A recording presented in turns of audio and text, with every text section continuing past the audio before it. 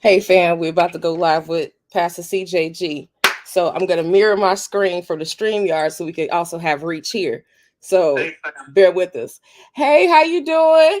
Good. How you all doing? Good. God bless you. I'm trying to also mirror my screen from StreamYard from the background. Okay. Yeah. See you all. Good to see you. Everybody do me a favor. My brother and sister are on with us. I need you to tag, share, invite. It is rare that I go on Facebook Live from this new page, y'all, so please bear with me. But I want you all to meet doctors, apostles, pastors, Jamel and Carrie Anthony. They are some truly good friends of mine. Since the start of my ministry several years ago, they have been some of the greatest supports. Amen. Apostle Jamel and I have personal conversations, and they ain't no 10-minute, 20-minute conversation. Okay, they 4 hours almost. Come on, somebody. That's right. But, I appreciate the brotherhood. I appreciate the friendship with both Apostle Jamel and Apostle Carrie. Amen. And so I'm going to allow them the opportunity to introduce themselves to you all. I'm sorry, I'm trying to filter. Technology. We're working. So I'm Dr. Jamel Anthony, and this is my wife, Dr. Carrie Anthony. And we hail from Chicago, Illinois, for those that are outside of, Chicago. And we have been in ministry for, big question, right? I started preaching at 10 years old. Dr. Carrie started preaching at what time? What year? How old were you? 9. So I'm 38. Exactly. We started. That's when we started our ministry, if you will. As we continued to grow in ministry, we were launched out. We became pastors at first. We were first assistant pastors and youth pastors, and she was over all of the front hand things inside of the ministry. I was over all the backhand things in the ministry, but we were assistant to our apostle. We became pastors at first. We were first assistant to 2000, but we were assistant to 2007. I'm sorry. And then 2005, me and my wife were married. We started. Yeah, y'all see how I'm in. I'm keyed in. 2007. I'm sorry. 2007. We started that ministry. Yeah, it has been going since then. We have not missed a mark or a thing. God has always provided. It has been a phenomenal time of growth for us personally, as well as for those that follow us. Some of the earmarks of my ministry is I do have a mantle for prosperity. I do have a mantle for deliverance, healing, prophecy. I do have a mantle for miracles. And so those are some of the things that people have seen me do over the years, and it's been pretty consistent. So that's part of what I do. Many call me Apostolic Father. Many, I have many churches that have linked and aligned with us. Some are under us. We have leaders, bishops, pastors, preachers, apostles, other prophets that follow us and are inside of our network, things to that degree. And I mean, over all these years, of course, right? If you're doing something right, people might like you. So they like us a lot. On our Facebook page, we have about 13,000 followers on that page. What made us, there we go. All right, we're good. You ready for me? Okay. So we started going Facebook Live, what was it, maybe 4 years ago? And 4 years ago, well, maybe we should back up. But first, we'll have you introduce 2017. yourself. So yeah. That's greater than 4 years ago. Yeah, right. So it's getting, So we started going Facebook Live. We did it about 3 times a week. And we have about we just continue to accumulate followers. Those followers would come to our church, all of that type of thing. So we've seen God really bless our ministry. We've seen God really bless us. And all of that. It's been phenomenal. So I want to give the opportunity for my wife to speak real quick. We've seen God really bless us and share who she is. Well, I'm Apostle Dr. Carrie Anthony. Again, I've been in ministry and share who she is most of my life. I'm the child my parents would. they would have friends over, and they would have me wake up with pajamas on and prophesy to their family members, they friends that come over, and then all right, now go back to bed. I was that kid. My parents were a house of prayer. Both of my parents are very highly sensitive to the Lord and the prophetic. I officially started doing deliverance in my parents' basement at 15 and training other girls how to pray. We would be wailing in the basement doing intercession 15, 16, 17. We were dating at that time. So we're technically, I guess you would call high school sweethearts. Yeah, I mean, we met when I was in the 7th grade and he was in the 8th grade. So this is a long, drawn out relationship. And we're just at the beginning. Imagine that. We're just at the beginning of our relationship. I suppose. I mean, for me, she's like, for me, it's been the longest journey ever. I mean, consider I'm gonna be here when your whole head turns gray. Just think about that. When your whole head, in the entire head, your eyebrows gray, I'm gonna be here. I'm telling you, I'm gonna be right here. Come on, somebody. Look, I ain't going nowhere. That's how it's gonna be, and you gonna be like, man, I wish he would, but I can't. I don't think that I'd have any. I don't have it any other way at this point. We have 3 children, 16, 15, and 9, Josiah, Kai, and Maya. We started having them once we got married. 2 years into our marriage, we became parents. So we got married when I was 21. He was 22. So that puts me at 23. And check this out. Got pregnant right behind having Josiah. And so we have stair step. The older 2 are stair step. They call themselves the African American twins, not Irish twins, but the African. That's it. Because they're 11 months apart. All 3 children are very brilliant. We have straight A students, musicians, children that paint. So we have kids painting and pottery all around the house.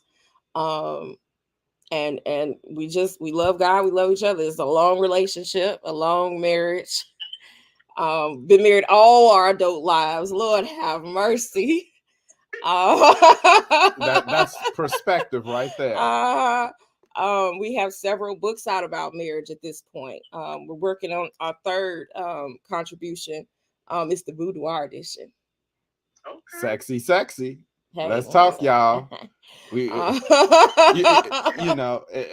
just find that many people don't have a clue, and the church really doesn't talk about it. And so we're going to talk about what everyone will not talk about. We're going to normalize it. Will we get a sneak peek of that on Friday night? Oh, of course. Okay, man. All right. Of course. Oh. Look, even last night I was doing research about I'm in the throes of researching about Adam and Eve, the what I would call the prehistoric Adam before God created Eve. Prehistoric Adam was, in accordance to Judaic tradition, one human. So the male Adam faced forward, the woman Adam was behind, and they were one complete human. And so when you look at the book of Genesis, when it says God made Eve, because remember, he formed Adam, but he made Eve. I hyperlinked that word. I said, why is this standing out to me? And I found that word made means God repaired Eve. Repaired. And inside of that. Wow. Which means she was already there. She was already there. That's why she had no excuse when it came to, well, the devil did it, He repaired her. So the fixing came in creating a womb for her. Thus being called the womb man or the woman. And going into that and dealing inside of like gender identity, because the church won't talk about that. All these things, that's demonic, but why?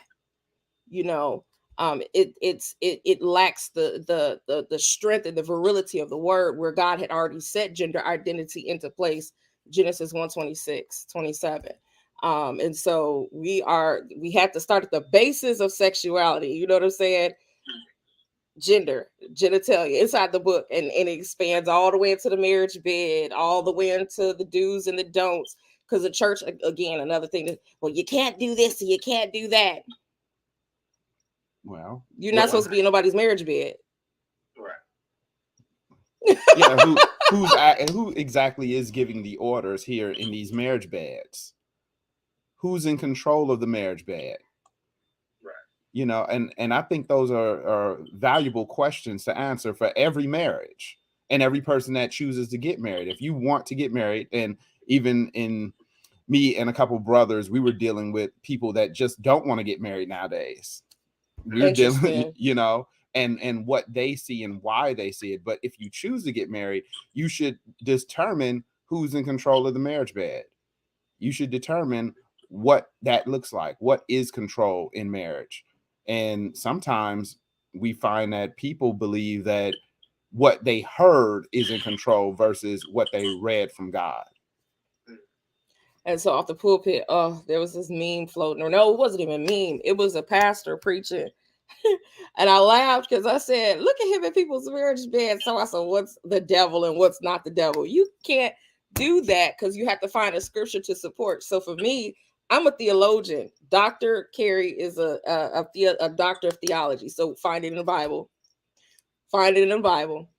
Find it in the Bible. There are certain things that God outlined that he did not want happening in your marriage bed. But there, everything else, if you open up the Songs of Solomon, he talking real nasty up in there. She nasty too. She's nasty. She nasty too.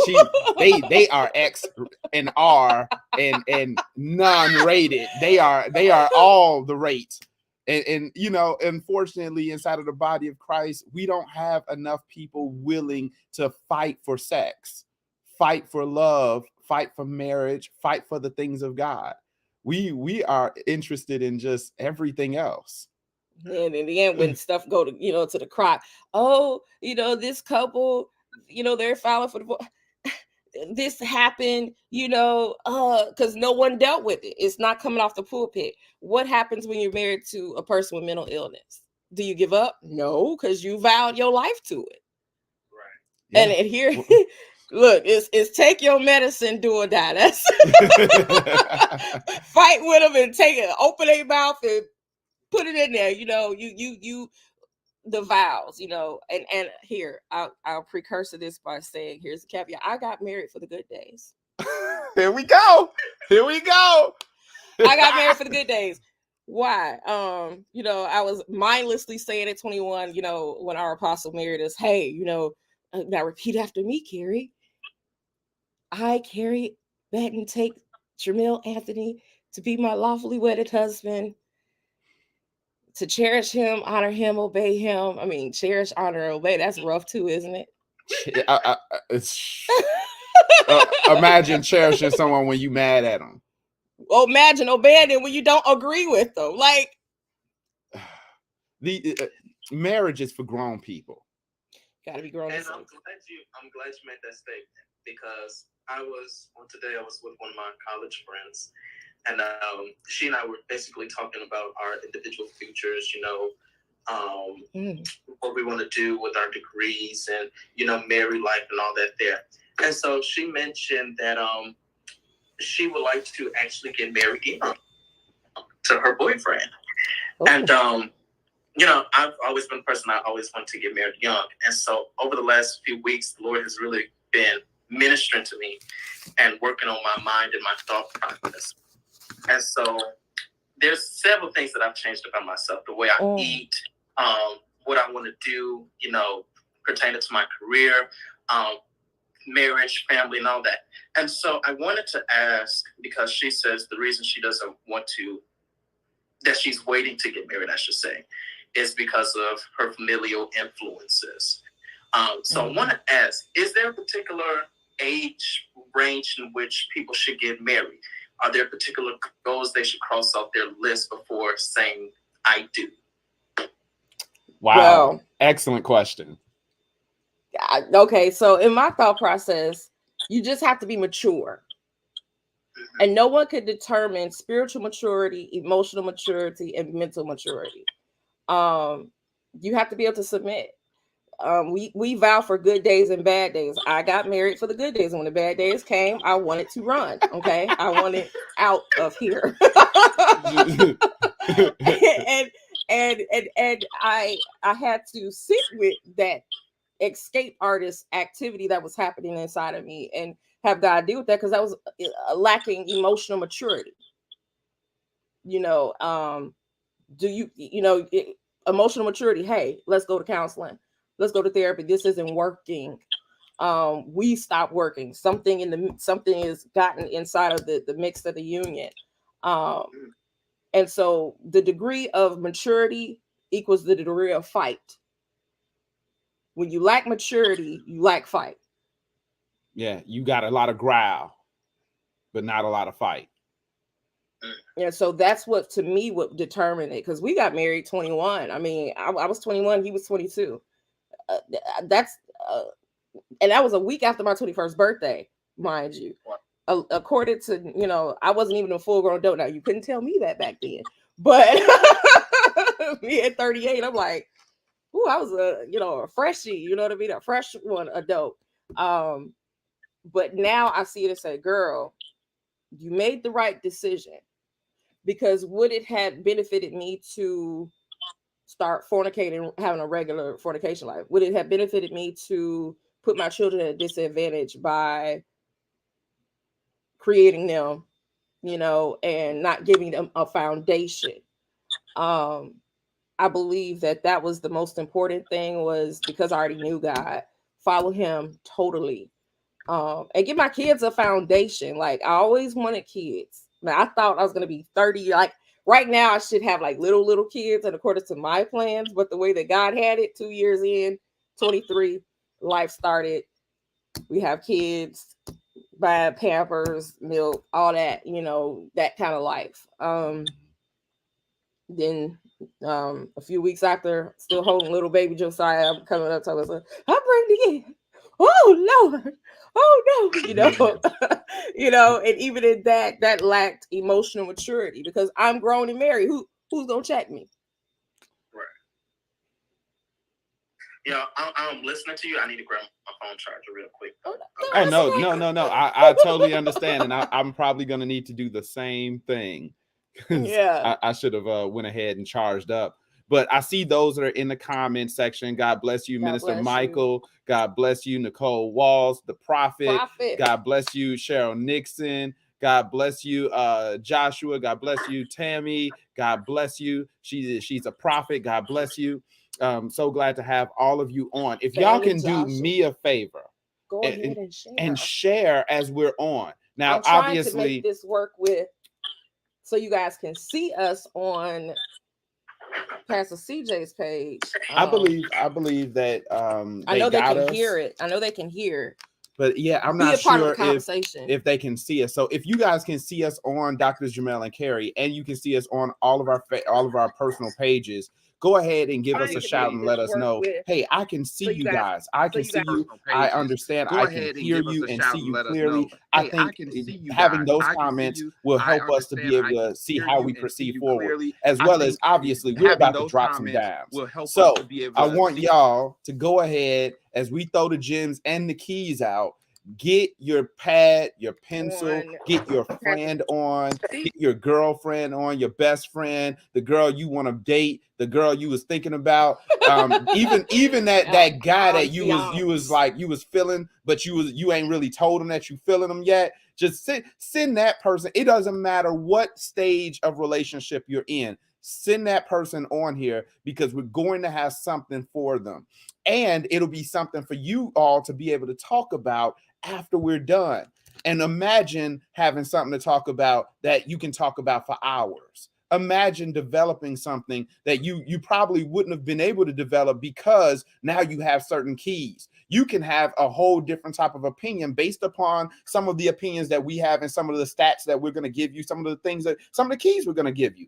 So please, if you can, do me and Pastor CJ the honor of sharing this broadcast really quickly. All right. Share this stream, share it to your friends, your family members, give a text to them, say, hey man, Dr. Jamel and Carry On, they dropping them down. You need to be on. It's because look, we about to go in. Come on, somebody. We gonna go in. So jump on in there. I really feel like you're going to get something today. Thank you all the new people that are coming on in and those that have been stable as we started our program. Thank you for jumping on in there and being stable with us and being a stable foundation for what we are to do today. I'm gonna have you get now in a second. I'll know what I'm looking like as far as power goes and all that. I'm good.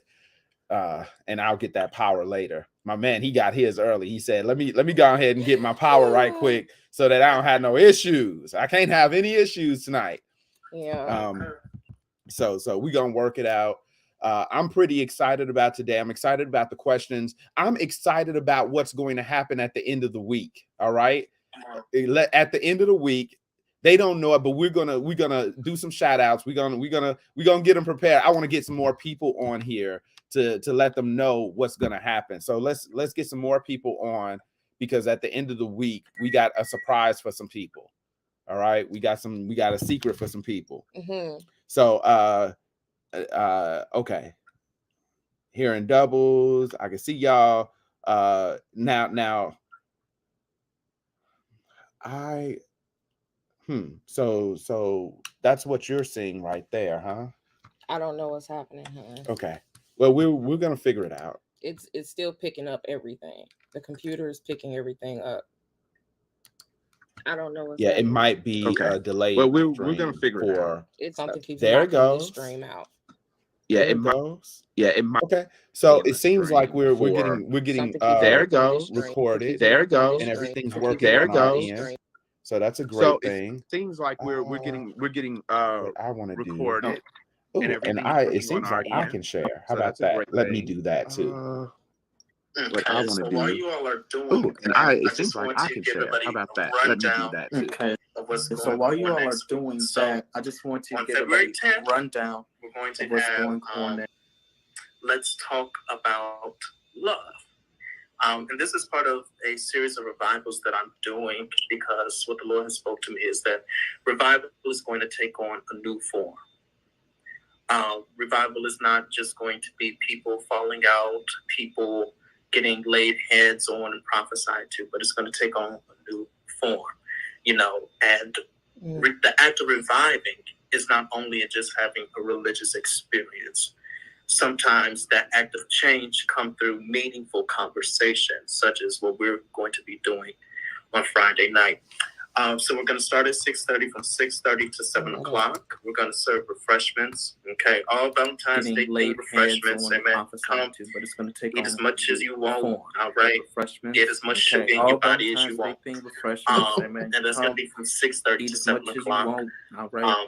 Get as much sugar in your body as you 7 o'clock to 7:15. And that's going to be from what we're going to be doing is I'm going to bring everybody into the sanctuary, and I'm going to introduce Doctors Jamel and Carrie Anthony to everybody.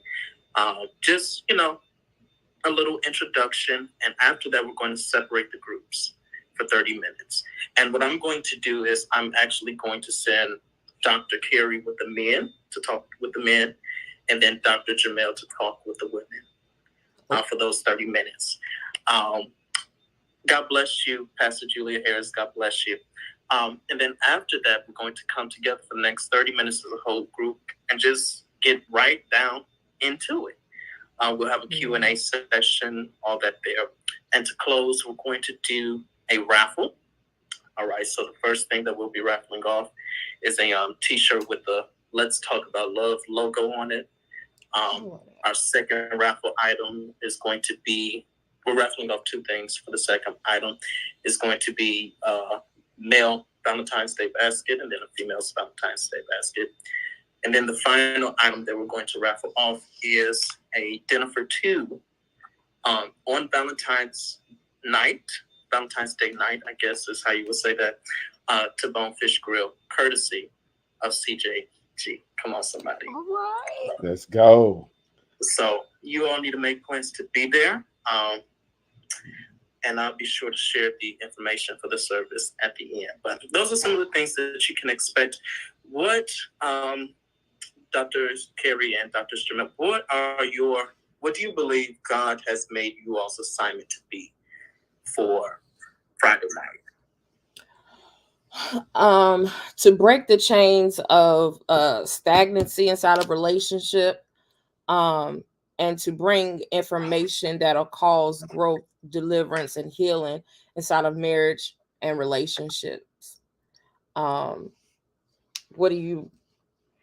Well, I feel that my assignment for this coming event is really to help bring healing and restoration to those that need it. Now, from a single standpoint, as well as from a married standpoint, I do believe that restoration means better than what you were before, right? And I want to make sure that people are better. So my goal is going to be to give all the best information that I can give, as well as my perspective as a husband of many years, as a leader of many years.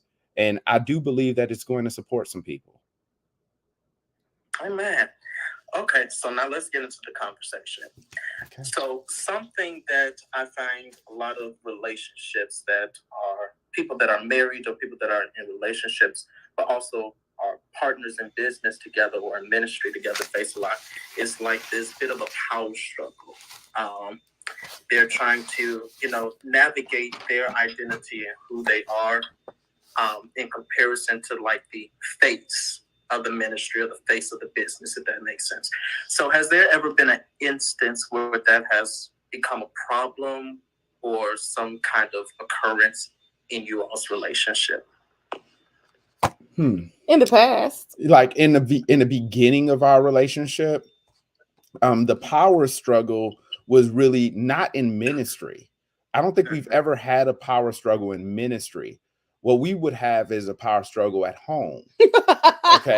Yeah. I am married to a woman that is what people might call an alpha, and I'm an alpha, but I can be beta, sigma, I can be all of that. Like I'm flexible, but she is what it is, and she said what she said. Okay. I said what I said. All right. And so with that being the case, and God will put you with someone that you can deal with. He's not going to put you with someone you can't deal with. And if you can't deal with that person, you're not supposed to be with that person. Come on, let's just message right there. Right. But the power struggle was all right. She's never been married before. I've never been married before. I feel like we need to go this way. She feels like we need to go this way, especially with bills, finances, things like that. Do we pay the light bill or the gas bill? Which is more important? In my mind, the light bill is more important because the light controls the gas. However, she may want to be warm in the winter. And then the power struggle is how much on the gas bill do we pay? I'm paying all of it. She like, hey, no. We paying parts. and the power struggle is there because, all right, let's say she pays 2 parts on the light bill each month, but then we miss on the gas bill, right? Because when we were younger, we didn't make the type of money we make now. We were paying parts, and now that I'm older, I believe in that wisdom, and I'm sorry that I pushed the way I pushed because she saw it a different way, and I just couldn't. At the time, I was like, we paying the whole bill, so the next month the whole bill get paid. And the next, but if you're not making whole bill money, then you need to make arrangements to pay what you can pay to keep your lights on. And I said, but there's payment arrangements. And I didn't believe in payment arrangements. I did not believe in credit. No. I believe in cash because I'm a king, and I still do. Right. That's who I am. I have not changed. But the king was lacking. So so there were power situations, right? And obviously, if I'm not nice to her, will she be nice to me later at night when I'm feeling frisky? Will she will she like me at that time? Right? No, you done yelled at me about paying the light bill. Forget you and all the little things you come with. And even, inside of ministry, I think it's easier for us to submit ideas and then submit because we have a board around us and we have advisors. So before we introduce something, even a series, it goes through a process of talking to our leaders. It goes through also a chain of command within the board. Right. So there's checks and balances there for ministry. So there isn't like no, I see it this way. That's it. Because we're submitted. Yeah. Right. But when we got older in marriage, we found that we had to submit our marriage. So we have marriage mentors. We have marriage counselors. We don't just do our family any old kind of way. The less accountable you are at home, the less accountable you are in ministry, things will not work. You need oversight. You need accountability no matter what age you are.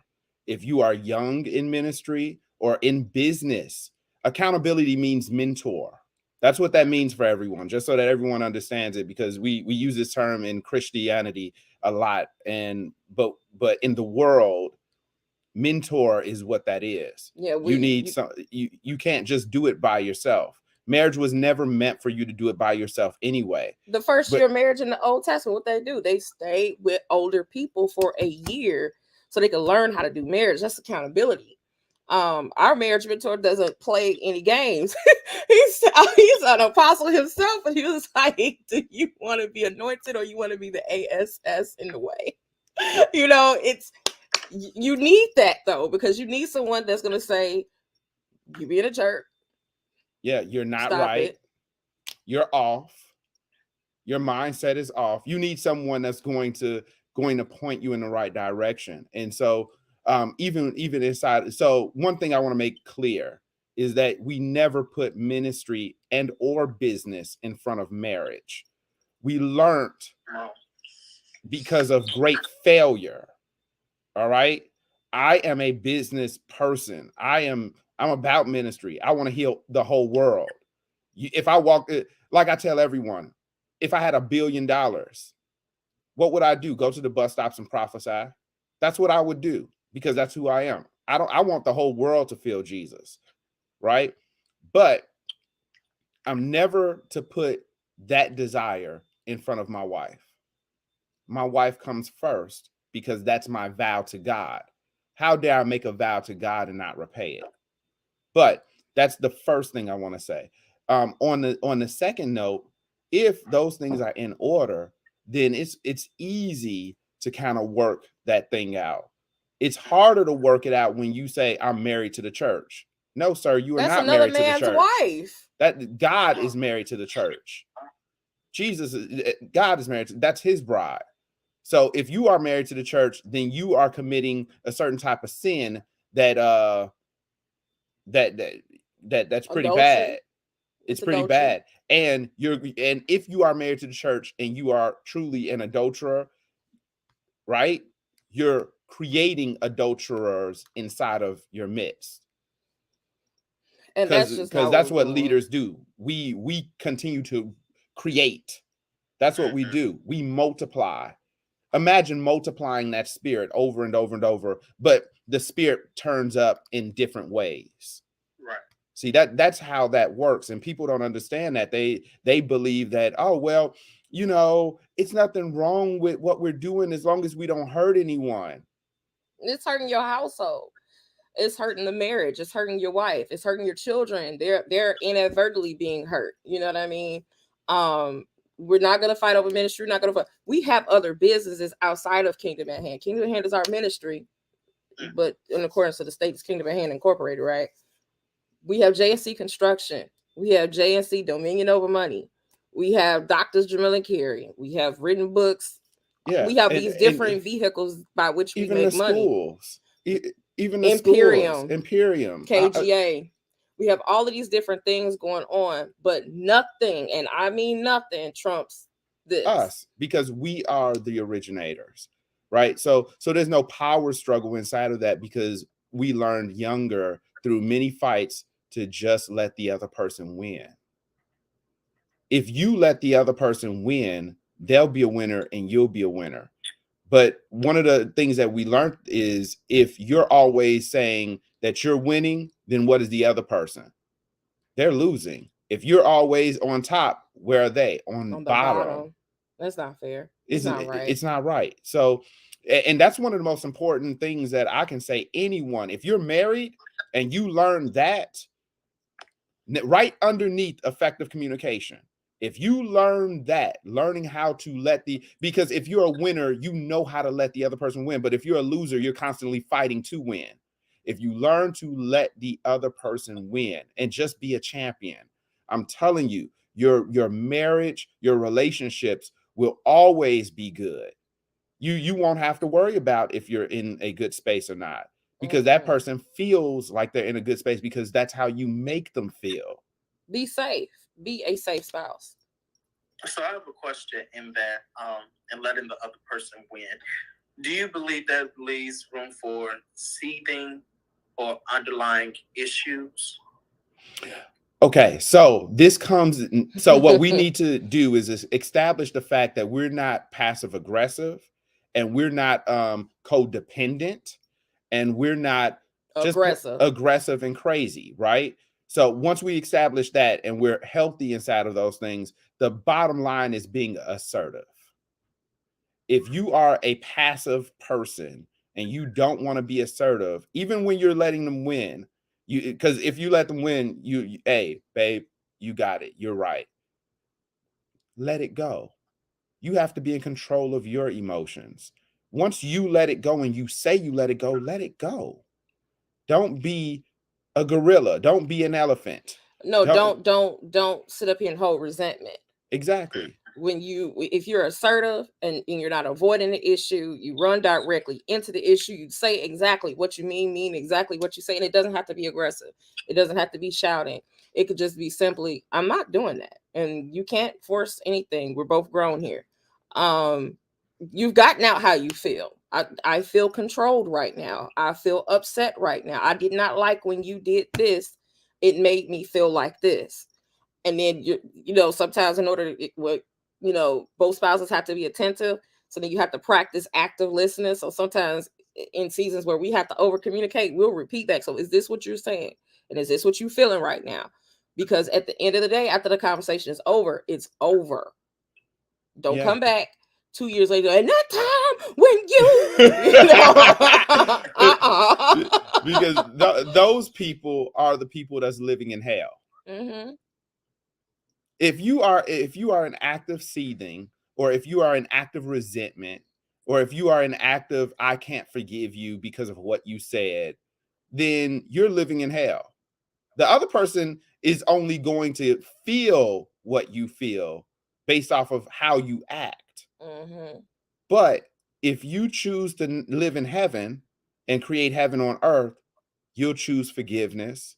You'll choose to say, all right, I'm letting that go. I got to move on. Because some things you can table some things like, all right, well, we're going to set this on the table because I'm not done yet. But make sure that you say, I'm not done yet. Because anything that you don't say is already agreed to, and anything you do say is already agreed to. And that's the thing that people don't understand in marriage. If I don't say something, it's agreed that whatever has already been said is agreed. And conflict is healthy. It's how you handle conflict. You're supposed to argue. You're supposed to fight. Everybody like, well, I'm supposed to have this perfect marriage. I ain't never going to fight. No, you're supposed to fight. The stupid people tell you not to fight. Because that means someone is suppressing something and they're not telling the truth. And resentment can build because it can build until it breaks the entire marriage down. So you have to practice speaking your mind, speaking your piece, speaking your truth, being deeply honest, being assertive. It doesn't have to be crazy. And if you feel like your spouse is not listening, get your accountability over that. That oversight needs to look at both listen to both parties and then rightfully divide the truth. Both y'all wrong. This is why. You need to submit. You're not being humble. You're being controlling. You're operating in pride. You're not listening. Get active oversight that will bring healing and bring you back to oneness. Because the idea is to be one. And if you're in resentment, if you're in bitterness, if you're in anger, if you see that, you're not one. You're divided. That's the truth. That's the truth. So active lying is what many people deal with. They actively lie to one another and they expect the blessings of the Lord. And it's unfortunate because we've seen how our parents lied to one another. And as a child, when your parents say something but they don't really mean it. You that go outside the end of the day. I don't feel like it. Exactly. And all right, so there's a couple things that ruins marriages fast. Well, let me say this: slow hellfire fast, right? Pride is one of them, but active lying is the other, right? And active lying means I always try to make the other person win without me being honest. Okay, now I see my problem. Okay, thank you. and we want to make people win because we don't like to deal with people. We're afraid of people. We're afraid of making them mad. We're afraid of losing people. We don't want, this is the love of my life. What if I don't? What if it doesn't work out? Well, if they don't work out, let me give everyone some assurance. If they don't work out, they were never meant for you. And you're free to move forward. And you can't make everyone happy. You can't make everyone happy. It's so crazy that we'll get locked into, I want to please my spouse. I want to make them happy. I want to please my fiance. I want to make them happy. They have to be happy because this is how they live in their life already. They're already happy. You know what I'm saying? Not trying to create happiness for a grown person. And it's unfair to put that responsibility upon anyone to say, you have to make me happy. You have to please me. That's called being God. Ladies and gentlemen, boys and girls that are in the comment section, if you've ever had someone, or if you were the person that needed to be made to feel happy, my note to you is you're in control of your happiness. And you have to determine what makes you happy individually and then together. But that starts with me first, then him, and him first, then me. And so we found that we both kind of sharing some of the same things, how we like to live, what we want, where we're going, how we want to raise the kids, what we want to eat, it's down to the simplest stuff. You know what I mean? How we want to portray ourselves to each other. That part. I mean, imagine us wanting to eat, right? We want to eat pizza, but I always get my way. I'm always getting sausage. Every single day I get sausage. And my wife, she really would love to get pepperoni or pineapples on her pizza. Or she would love to get some flavor. That's him. Right? She wants flavor in her life. And I'm gonna second this next to sex as well, right? But imagine all he wants is sausage. Daddy wants some sausage. Daddy, that's it, right? That's all he wants is sausage. And here's the thing right here. If she lets me win and never allows me to see her point of view, I'm not in a relationship with her. I'm in a relationship with myself. If I keep making it that I never submit to it, hey, babe, what do you want? What would you like? If I never ask those questions, then I never get to experience love from her. I only get to experience submission. Submission is not love. It's respect. It's respect. And it's warring. It's a stature of warring.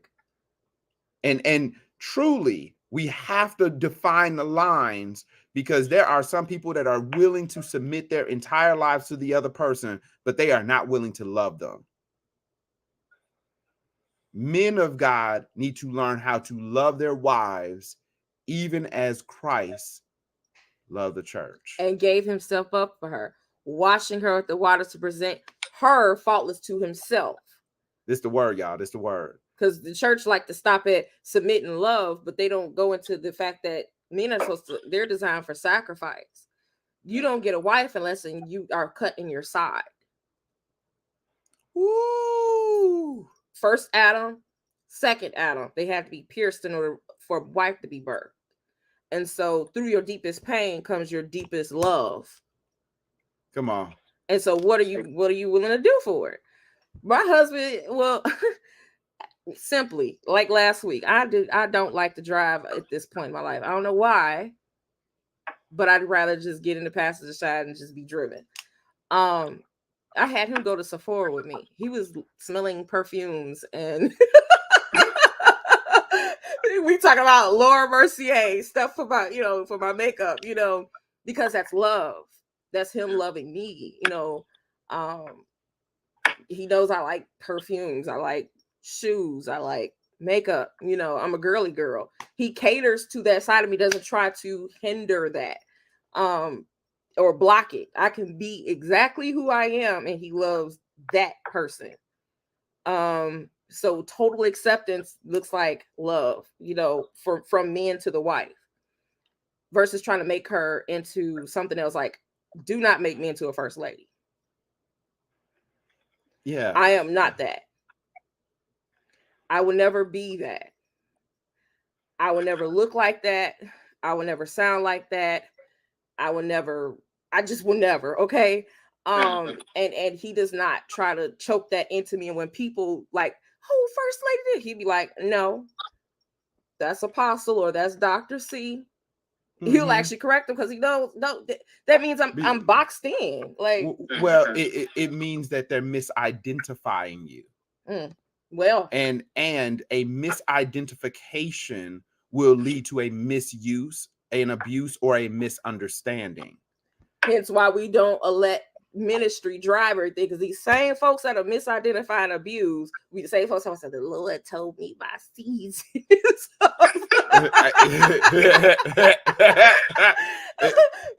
Back to the first point.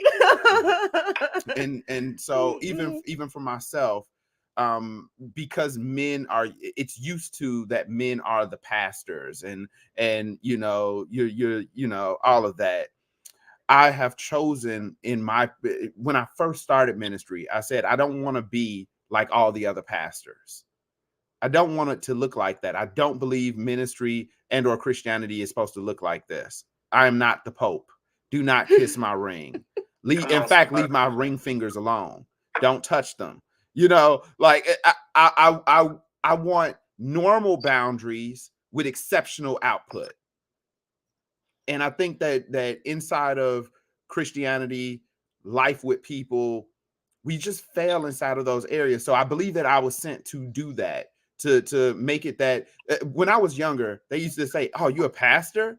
You don't look like no pastor. And I guess they thought that I was offended. No, that's my goal. I'm not supposed to look like a pastor. That's not what I'm supposed to look like. What does that look like? See what I'm saying? And that would be my thing to them. What does that look like? What does it look like to be a pastor? I'm just trying to figure that out. I mean, what does it look like to be sanctified, filled with the Holy Ghost? Do I have to wear a cloak and socks and Crocs to be sanctified? or can I wear something fashionable? How about this? Can I be rich and holy? Why can't I be rich and holy? You know what? All the people in the comment section, if you want to be rich and holy, put that in the comment section. I'm going to be rich and holy. How about that? Or if you are, If you are rich and holy, I am rich and holy. Because it all of this toggles into marriage, especially because we're married and in ministry. So all of these things toggle. Submission. What does that look like for me? Submission is a warrior post. The word submission actually means warrior. Folk got it misconstrued because we don't read our Bibles and we don't study. So here's a theologian saying the word is hupotasomai in the Greek, which means war for your spouse. So what does that mean? That means that I have to war for my husband, war for his call, contend for his nature in the land, contend for him to be known with great men and lay tile for great men and kings. You know, whatever that looks like. That's my position. And it's unfortunate because a lot of women don't understand what they are to do versus what they are not to do. A lot of men don't understand what they are to do versus what they are not to do. If I'm submitted to my wife, my job is to make her shine. My job is to make her win, bring her honor and glory. She's carrying my name. Why would I make her look any less? She is my glory. Why would I can't stand when I see people make their wives look nasty because they feel nasty on the inside. They lower them. They like, well, you can't go shopping.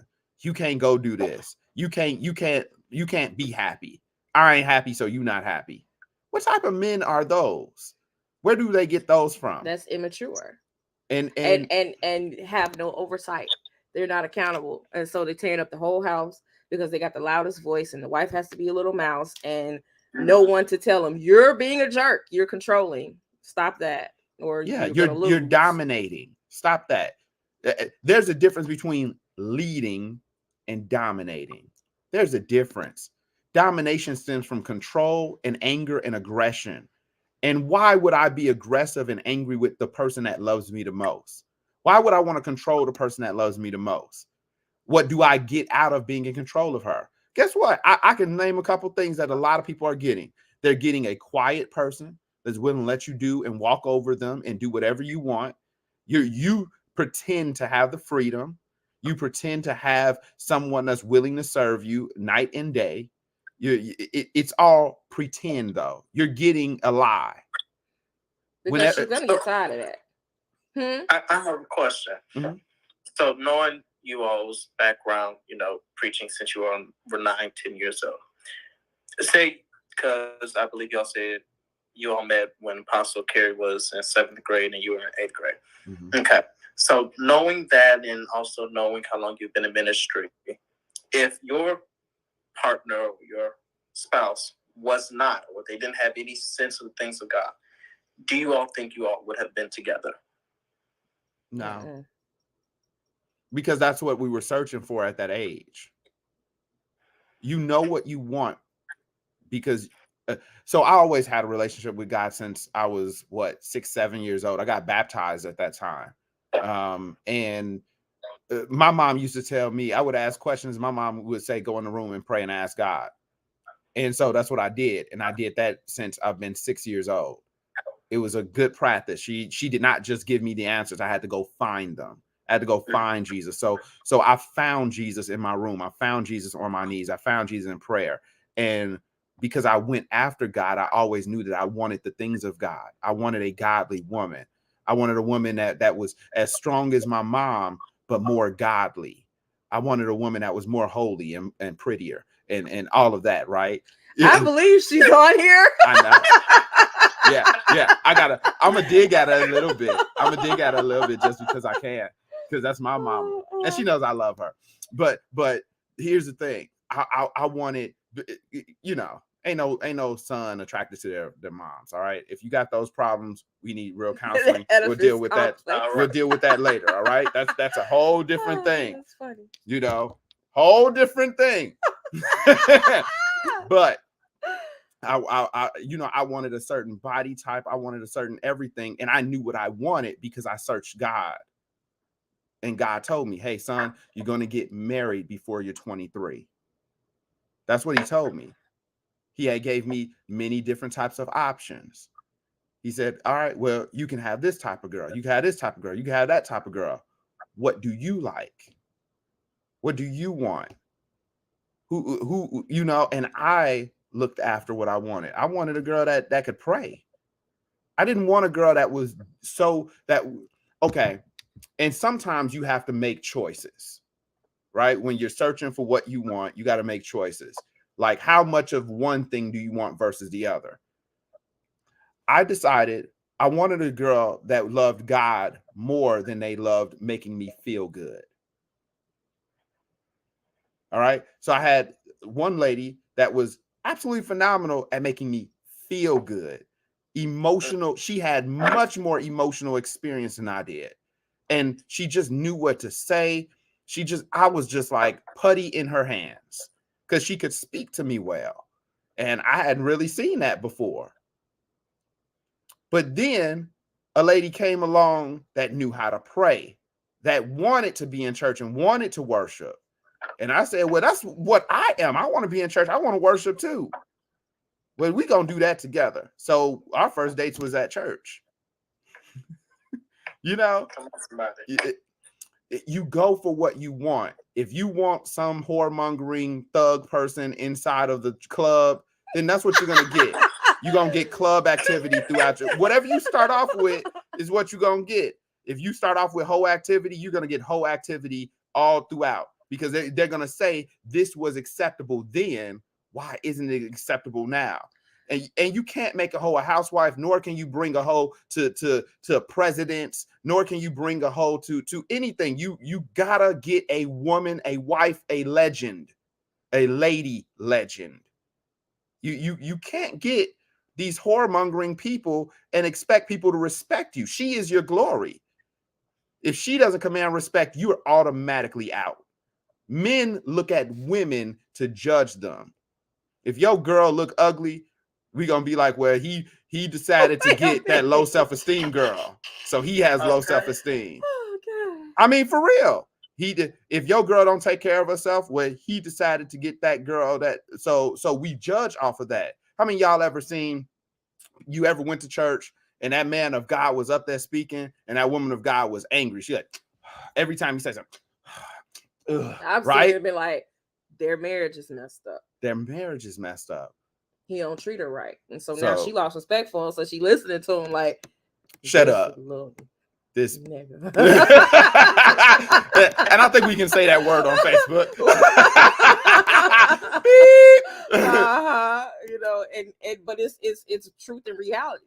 And you know, I can't live that way because I don't have a deliberate face that'll sit up here and be phony kicking it. I will not phony kick it with him or anyone. So if we have an argument before Sunday, you best believe we working on fixing, because I'll be the one in church like, what, whatever. She'll be against me.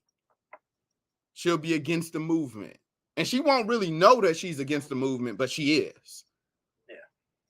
It just is what it is. And you are against the movement if you don't treat her right. And you know, men don't see it that way. They only see their side of the greatness. Yeah. But the truth is, if you stink, y'all both stink. If she stinks, y'all both stink. Hence, this is why we specifically, and I think deliberately, went after, because I had a thug before him. I had an intellectual before him. The thug wasn't serving me because I'm a Jesus girl. I mean, he wouldn't even carry my books. You know what I'm saying? Wouldn't hold nothing. Hold your own stuff. Wouldn't knock my books out my hand. It's just, and was rough. So abusive. And my father took one look at that and was like, what? No, we're going to pray this away. And he also was like, is that husband material? And I had to do no. And with every guy, it was always, is this husband material?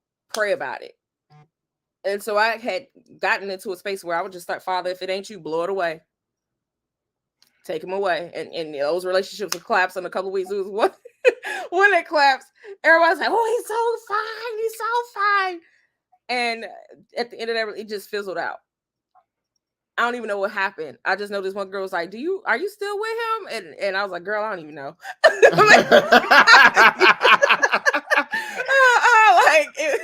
How do you get to that space? You get to that space because God will blow it away.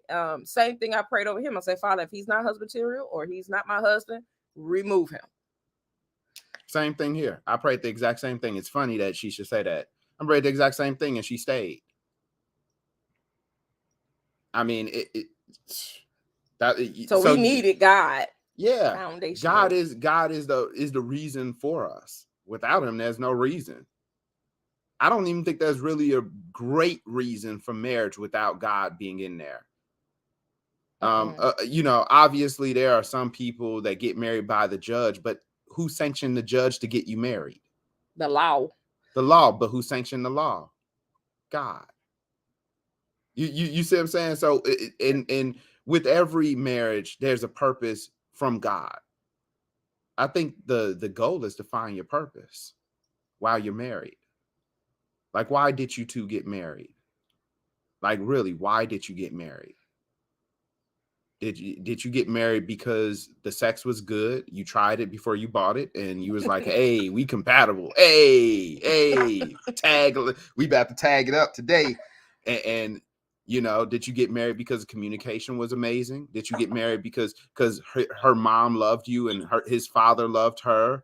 Did you get married because your friends said, "Man, this is a great thing. You guys are amazing together"? Did you get married for outside influences? Did you get married for money? Is money the primary thing? Oh man, we got married because, I mean, he's already rich, or it's a business deal, or a real she's estate already deal. Look. That's just not the case. I wanted to. I came from, my parents are 40 years married. And I've seen, I think, every life cycle. You know, I've seen as an adult, I could look and say I've seen every vow tried. You know, when my father was sick, my mother took pristine care of him. He had to have a heart not a transplant. I'm sorry, a quadruple bypass, and they had to open up his chest, and then when they shut it, it was swollen, and he had to have a compressor on top of. Now, me, I am not a person like blood, scabs, none of that, and she doesn't either. But she was able like, if you go, she'd be like, if you go, she'd be like,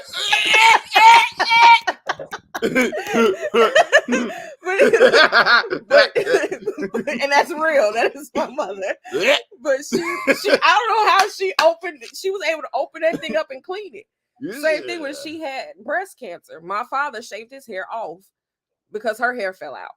So I've seen life cycle. When they hit 40 years this past August, babe, would you shave your head if I would, because I shaved my hair for Maya. She did, actually. She cut off all her hair because Maya was my youngest daughter was thinking that my hair was perfect because it was straight and her curly hair was bad. And so I did not want to do that to my daughter. So I talked to my husband. I said, I don't want to set a bad precedent. I want her to love herself and know that she's loved deeply by us.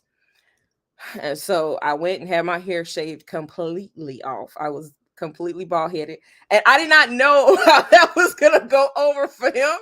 But we would be sitting in the bed, read together. He'd just reach over, just rub my bald head.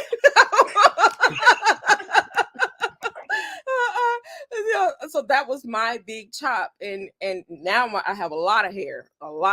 But at that time, I didn't even know how he was gonna accept that. You know, like, this girl got less hair than me. You know, but he went with it. So I think I know I would, because if I did it for Maya, who's a byproduct of the union, I definitely would shave my hair off. It'd just be a good long 4 years. Well, I just started growing my hair back out. Now let me wait to get married to talk about all that. She might like you with short hair. Are you willing to cut it off? Jesus. Are you willing to cut it off for her? My hair is my pride and joy. Are you willing to cut it off for her? Okay. If push come to shove, and heaven forbid she gets ill, when her hair falls out. In that circumstance, we got to be married first. I'm sorry, we got to be married. Yeah. Charles, great to have you. Thank you for coming on, Charles. Yeah, my uncle, Apostle Charles Chowie Thomas, says hello. And actually, he'll be with us during the Holy Spirit Conference I had mentioned to you some weeks ago. So I would love for you two to connect. We have. He's absolutely phenomenal. Yeah. He's absolutely phenomenal. And his wife, Aunt Tara. Lovely couple out in Ohio. So I would love for you all to connect. But, okay, so something else I want to ask you all. Okay, so you all know me. I'm a very calculated person. You know, I like my life I like to know the details of my life to a T. You know, and so that's something that I just had to stop praying away from myself, because I feel, you know, in calculating certain things of I want to do this, I want to do this by this and this, you know, I feel as though it is a form of self-sabotage in a sense.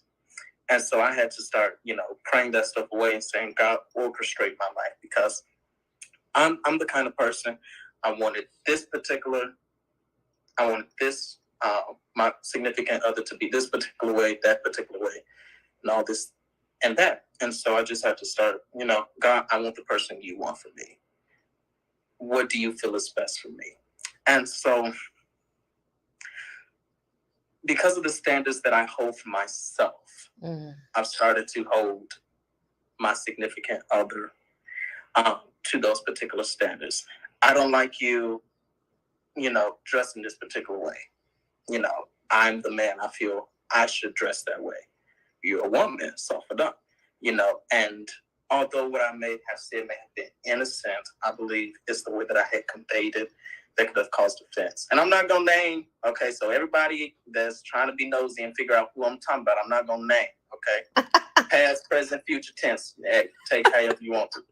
But you know, I like my woman to look like a woman. I like my woman to be soft. You know. But there's something that people have brought to my attention. You know, could it be that your feminine tendencies bring out masculine qualities in the women that you date? You know, and so that brings me to a conversation of red flags. You know, how do you navigate those things? And do you feel that is necessarily true? You know, more feminine man attract a more masculine woman, or a more masculine man attracts a more feminine. What do you think that is? Well, first, I wouldn't say that, because I think you have a gentle spirit. So we can start there. And a gentle spirit doesn't necessarily mean effeminate. Right. That's different. Okay. Oh, I definitely agree. Come on, somebody. Right, because I'm about to be like, I don't want to. So I wanted to, you know.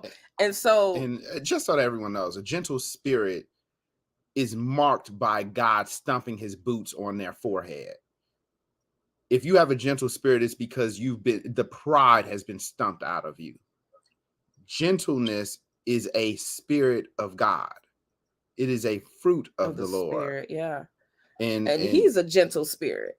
But this dude is hard though. So it's not like my masculine side is him. Just like I'm sure my femininity is me. You know, he's more like you, more calculated, more everything's got to be planned out, and you know, what do you call it? You call it some risk adverse. well, I'm not actually risk adverse. I do take risks, but I take calculated, precise risks. I look at what God is doing. I look at the world, and I take calculated, because I don't have time to lose. I don't have time. I just don't. Especially when my brain works. Now, if my brain wasn't working and I just wanted to be emotional about a decision, I'm sure that I could. Don't do that. But it's harder for me because I don't think that way. No, I don't even feel that way. I feel like you, why not think about it before I do it? And so inside of that space, I think that's a masculine quality, whereas a feminine quality is more receptive and more emotional. And so inside of that, not to say that men don't have emotions. That's not what I'm saying. I'm saying men do. Absolutely. Men do, but I'm saying not to the degree that women would experience them. So I would be what would be his feminine quality. Hence why, like I said, I am extra girly girl and he's extra. He doesn't even like unisex fragrances. Like, you know what I mean? Like, it has to, don't you buy me, you know, it's that way. And I think that, you know, leaving room for a woman to be a woman, not necessarily like jarring her into it, but some women think that it's weakness. And so how do you commend the strength inside of being feminine? I find that there is a deep strength inside of me operating within my feminine qualities. I'm a friend and a follower of, I'm a fan, friend, and follower of Dr. Michelle Daff. And she breaks down how feminine energy has to be acquired through understanding the strength. And a lot of times, because you got to be strong, you know, you're African American descendant of a slave, and you know, all of that. That does not leave room for dainty, subdued, a consciousness of your feelings, a consciousness of how you direct yourself to the world. You know what I mean? How you hold your purse, how you dress. You know, are you steaming your clothes or just getting them out the dryer and putting them on? You know, all of these things that women pay attention to. And so it can't be forced, because every woman has to come into that space, even though some might try to do baggy clothes, sweat clothes, you know, stuff like that. It has to be recognized, and you could praise a woman into that space. You know, when they demonstrate doing their makeup, oh, that, even though it may not be that good because she's learned it, you could say, you look amazing. Or she put on some perfume, you smell really good, because women function by encouragement. So do men. Come on, somebody. You know, and that's something, you know, that the Lord has really been dealing with me on, coming out of 2022. He revealed to me, basically, it's not my job to critique her.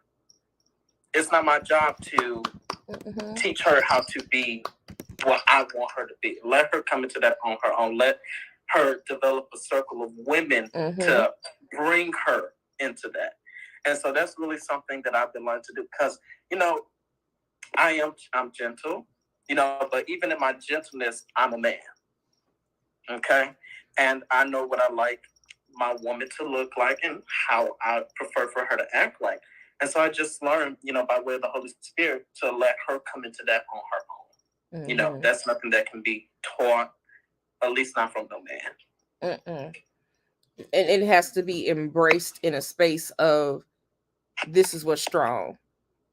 I did not find pleasure in the color pink until I got pregnant with my son. I felt I thought it was a weakness being feminine, right? And then I got pregnant with my son, and I just felt empowered in my womanhood. It was, I'm a woman, hear me roar. You know what I mean? It was, this is what I'm sent here to do. You know, I am operating in what God called me to do. And then I started, ooh, pink is actually pretty. Ooh, hot pink. Ooh, purple versus blues. And yeah, no, I am a strong, effeminate woman. That does not mean that I can't be emotionally strong or operate within the strength of my calling. Because again, as it pertains to being an apostle, I said what I said. As it pertains to my husband, I don't bring that level of strength to him. He doesn't need it. I don't even bring that level of strength to my kids. They don't need it. My daughters need to see me being effeminate. You know, my daughters and I have mani-pedi time together. Like, but if your mom had to be strong, how do you learn that?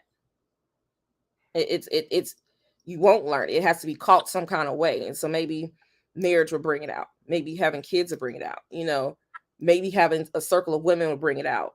I know with my spiritual daughters, I am all over they behind about being feminine. Don't you come out here rough and tough with your Afro puffs. You will not come out here like that. If you rolling with me to an apostolic assignment, you're gonna look how I look. And so if I took the time to learn how to beat my face, you're gonna take the time, you're gonna sit down, you're gonna watch Jackie Aina, you're gonna learn how to beat your face, you're gonna learn how to put your perfume on. Look, I got my perfume sitting right here. And, you know, you're gonna learn what smells good versus what doesn't. You'll learn what your body is and kind of go in that direction and do your nails, take your vitamins, you know, respond properly, you know. Go to sleep and drink some water, ladies. Do a skincare routine before you go to sleep. You know, it's all of that is caught though when you are around effeminate women and not women that feel like they have to be so strong. I just don't feel like I have to be that. Like, strong in the apostolic is one thing, strong in life is another. But why don't you feel like you have to be strong? It's a colloquial term for Black women, strong Black woman. It's not helping us. So it's not even helping us inside of relationships, because you can't keep a man being the strong Black woman. Yeah. Because you're forcing him out of his strength. Woo! That is a gem if you've never heard it. As a strong Black woman, or strong Caucasian, strong Latina, does not matter what they your call race it Latina is. Sazon. Yeah, Latina, you know, Hispanic, whatever race you hail from. If you have a strength that is penetrating and truly, I want to say, aggressive, you'll hardly ever keep a man. Period. What you will keep is a eunuch. And who wants to deal with a man that's constantly running from his wife, or constantly trying to please her and make her emotional state better? Constantly, absent. He just shuts down and becomes absent. Yep. He doesn't have. It's grandma's house. It ain't never been grandpa's house. It's always about that woman. No, I don't want that. I don't want that. I want to be able to share in the joy of. And so he, like I said, he leaves room for me. And he finances my womanly vibe. Yeah, and she leaves room for me to be as much man as I want to be. And she finances the things that I want to do. She finds a way to get what I need gotten, because she supports me as a man and as a person. And I think that's the most important thing in the world. The person that makes you not have to be the other side of you. For example, I'm a pretty dangerous person, right? I'm one of those type of people I'm one of those type of people that I can do just about anything, find anything, obtain any resource, and do anything and get away with it. I'm one of those type of people. So because I know who I am, I practice. She always get caught. So she's always been the scary version. I'm the brave version. You got a dragon, I'm ready to kill it. You got a bully, I'm ready to beat him. You got a mountain, I'm ready to climb it. You got an ocean, I'm ready to rock on it. It doesn't matter. I'm that guy. Like, if there's a challenge, you'll find me there. I'm the challenge taker, right? But what I found is that in my masculinity, I have to control that dangerous side. I don't need to be that person when I'm with her. I don't have to protect her that way. For example, I'm the type of person that could probably kill a person with his hands, right? quite quickly and quite easily. Like, within 30 seconds, he's gone. What was the name of that movie with Denzel Washington? He's like 15 seconds. 15 seconds. Yeah, that was great. That dude is awesome, right? Like, I'm a dangerous person, right? But in order to be dangerous, you got to know that you're dangerous. Mm-hmm. And so in order to you're not dangerous if you've never done anything dangerous. Let's just put that all the way out there, right? So but she doesn't make me have to do that. So if we're on the street and someone's acting stupid, I don't have to protect her from that. I don't have to go kill that person for her to feel protected. No, I'm just running to the car. I have to lead her away from the situation.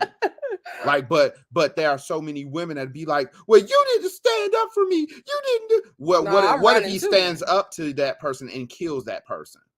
No, what if he stands up to that person and cuts that person? What if that person has to go to the hospital and now he's in jail because of him standing up for his girl? That makes sense? It doesn't really make sense. So the proper protection is me getting you away from the issue. Not even fighting, but knowing how to fight. Mm-hmm. Exactly. But she doesn't make me have to be an animal. Mm-hmm. I don't have to be an animal to be with her. I can be an animal when I'm by myself. But when I'm with her, I can be a gentleman. Represent me right. Like for example, she told me when we were younger, we were having issues with money. And like I said, I can get a hold of anything, do anything. I have a slew of friends, from authority friends to friends that are not so nice. And she said, well, you never have to do anything not so nice to be with me. Do you know how much pressure that took off of me as a man? That I did not have to go and do a run? Like, I don't have to do that to bring in 1,500 this week. I can go to my job and bring in 7 and she's all right. Just go to your job and do it the right way. We're going to get there eventually. She allows me to be a good man. And I don't think it's not valuable in today's society where toxic is winning. But I believe that we need to leave the toxic me into. We got to get rid of that in 2023.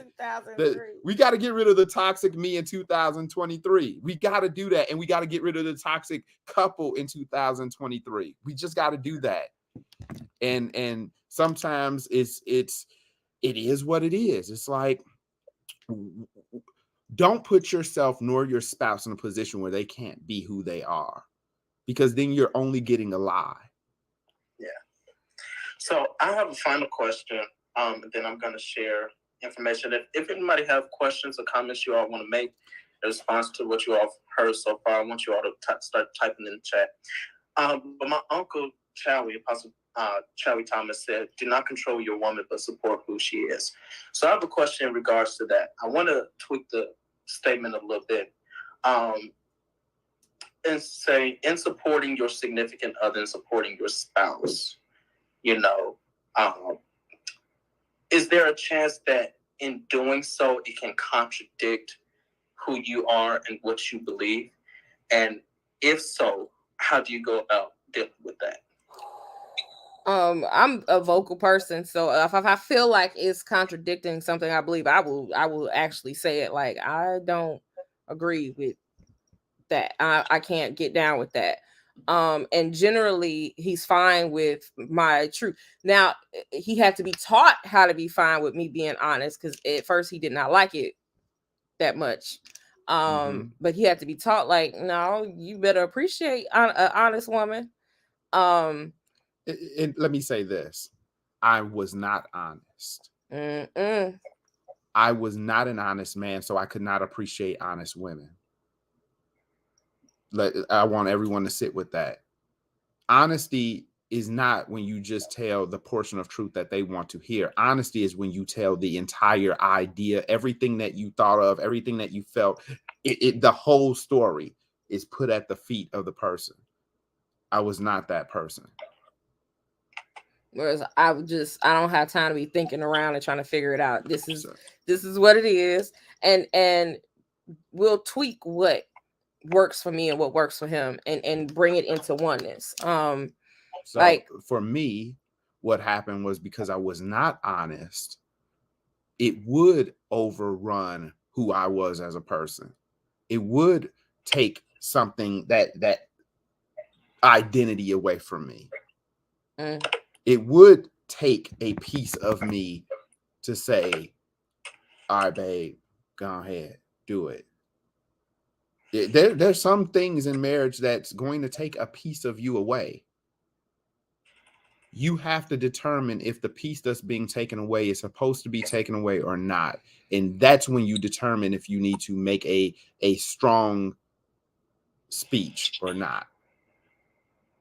You know, if it's something that's being taken away from you that's too much, then you need to say something about it. And that's what now we've learned to tweak it and just kind of, this isn't working, or and coming to a level of compromise that works for both parties, so that it's not taking away a part of him or a part of me. And then here's one: unconditional acceptance of the other person. Accepting them totally. We have to learn how to accept each other fully, so that he does not have to control me for me to have results or output or be exactly who I am, or be feminine, or be unapologetically me. He accepts me. I accept him fully for the man he is, for the father that he is. I don't get in the way of him parenting the kids. I don't get in the way of him pastoring folk.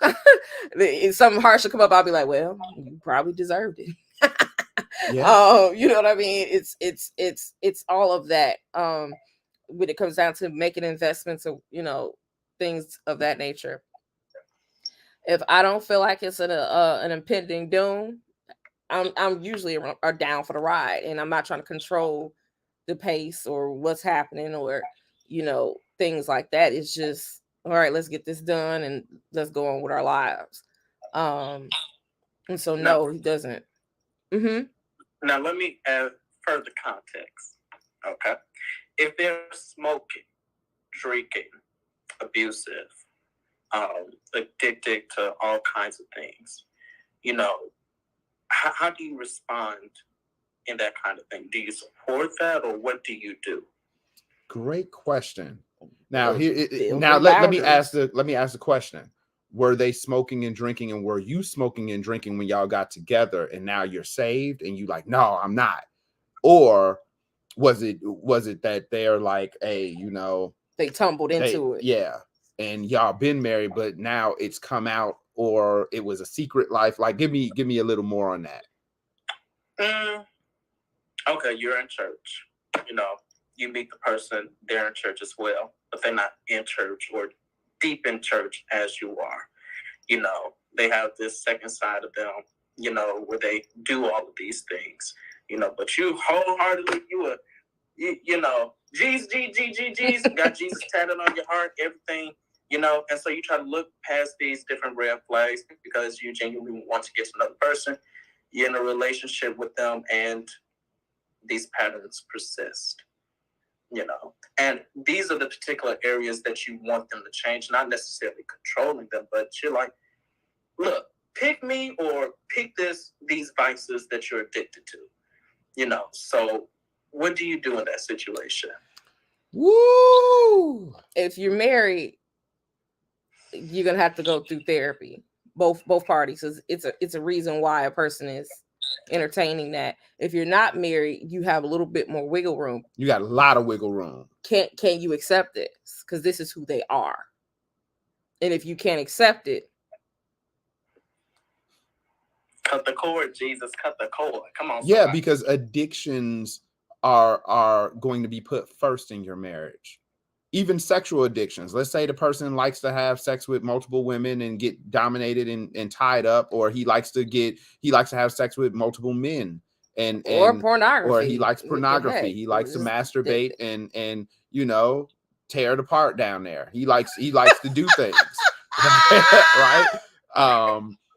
That's going to come first. I wasn't ready. Before the world is just becoming ready for me. Look, he's going to do those things in front of you. So he's going to masturbate, and then it'll be your turn. He's going to look at, you know, those tickle bitties and that AZZ first and get his off, and then he's going to be like, hey, you want some next? You want next? Or he's going to go to his main man squeeze. He's going to get that off. He's going to tag some man butt and get in that bread basket. And then he's going to come to you. He's going to smoke that crack, smoke that weed first. Because you got to understand addictions, and it does not matter. These behavior patterns are patterns that are situated in the soul. And they can't change that. You can't change. They you have can't to change his soul anyway. Because they want it. If it's not because of them, like they intrinsically like, yeah, maybe my boyfriend, my wife, my fiance is right. I should change. Therefore, I'm going to. Otherwise, it's a Band-Aid and it is going to pop back up because this is who they are. Yeah, and they have to choose to want to be a different person because the type of person you are is based upon your character.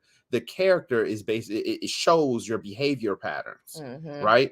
But if your behavior patterns and your character have divided to be divisive, and when I say that, it means that you've basically decided, whenever you have a strange addiction, you've basically decided that you don't want a relationship with a person. You want a relationship with the addiction. And you can't love one and love the other at the same time. It just doesn't work. Now, the other person can love you, but you will not love both. And everyone has a right to what they will and will not tolerate. Absolutely. Including inside of marriage. Now, inside of my personal thought, if you are getting beaten while they're on drugs, cut that cord. If you are getting terribly abused, I'm talking, you're getting abused, it's affecting your health, it's affecting your mental and emotional state. Abuse, like real abuse, not that stuff that people be like, oh, he just called me out of my name. Now y'all gonna get that. Y'all gonna have some real fights one day, right? But I'm talking about real abuse. Get out. Daily, you getting. It ain't even gotta be daily. It could be once every 3 months. Get out, because that's your life.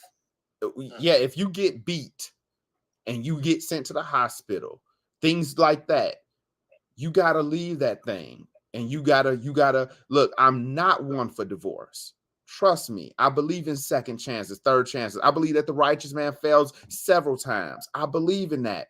But you can't risk dying while someone chooses something other than God over your life. Now, if they choosing God and y'all both like Isaac, y'all about to go up to the mountain, y'all both about to sacrifice. All right, we get that. We done seen that in the word. God gonna send a lamb, right? But there's not many times when that's happening. In fact, that ain't happening no more. People are either choosing God or they're choosing something higher than God. They're choosing to make something higher than God. And so you have to be strong enough to say, for God I live, for God I die, but I'm not going to die in this. I would die for you, but I'm not going to die for weed.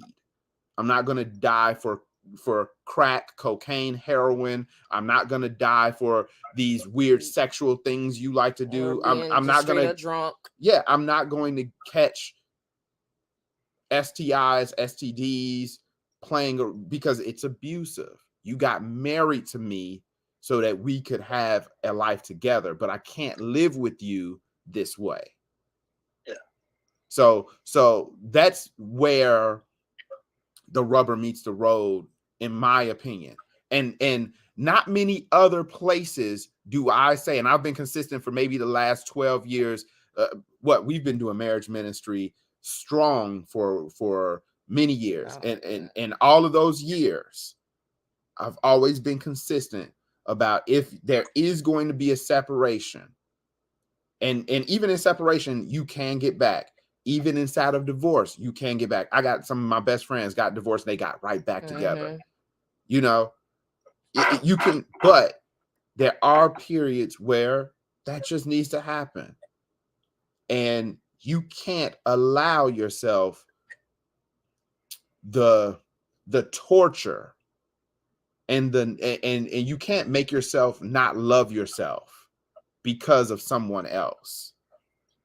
God never told you don't love yourself and stay married. God never told you to get beat. God never told you to suffer in this way. Now, we all gonna suffer a little bit, I don't want people to feel like, well, if I get a little suffering, I gotta run. No, you got married for the good days and the bad days. So, like I said in the intro, I thought I was getting married for the good days, and the bad days came. I was like, I'm not cut out for this. Honestly, what was it? 2 weeks in, we had an argument, and she packed up her bags. It was raining outside. I'll never forget it. She packed up her bags. She got inside of so my car broke down the week before we got married. Oh, the kids say, all right. So we got married and we didn't have a car. All we had was an apartment. So after we got married, my cousin brought us to our apartment, right? The week after, we got a Dodge Neon. All right, I'm giving y'all real stuff. Dodge Neon. That lets y'all, we dating it. Because they don't even make Dodge Neons no more. All right. Because I'm selling enough right.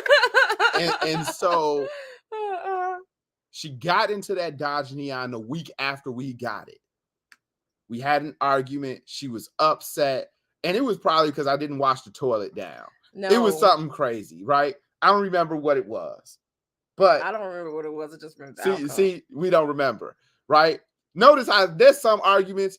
It's big, but you're not going to remember. You're just going to remember the effect. You're not even going to remember what you argued about. Anyway, let's keep going. She gets in her car. She leaves. I'm like, babe, don't leave. Don't leave me. And she gone. She slammed the door. She get in the car. I watch her drive away. Right? And so I began to cry out to the Lord. I cried out to the Lord. I was already hurt because my girl left me and I never thought she would leave me. Like, we got married. I never thought she would leave me. We just got married, bro. How you gonna leave me and we just got married? Like, how that's gonna happen? Where they do that at? I'm a statistic, right? and so these are the thoughts that's happening in my head. And so I began to cry and I began to cry out to the Lord. I was like, God, you gotta fix this, God. I don't even know what's wrong, man. I'm trying my best. I do everything I'm supposed to do. Lord, you gotta be God over her life, man. Just keep her, man. It's raining outside. She gonna die out there in these streets without me. Lord, keep her, help her, right? So you could tell your end of the story, right? After I'm praying. So I hit 94 going north. We lived in Steger, in those apartments of Steger at the time. And almost got into an accident.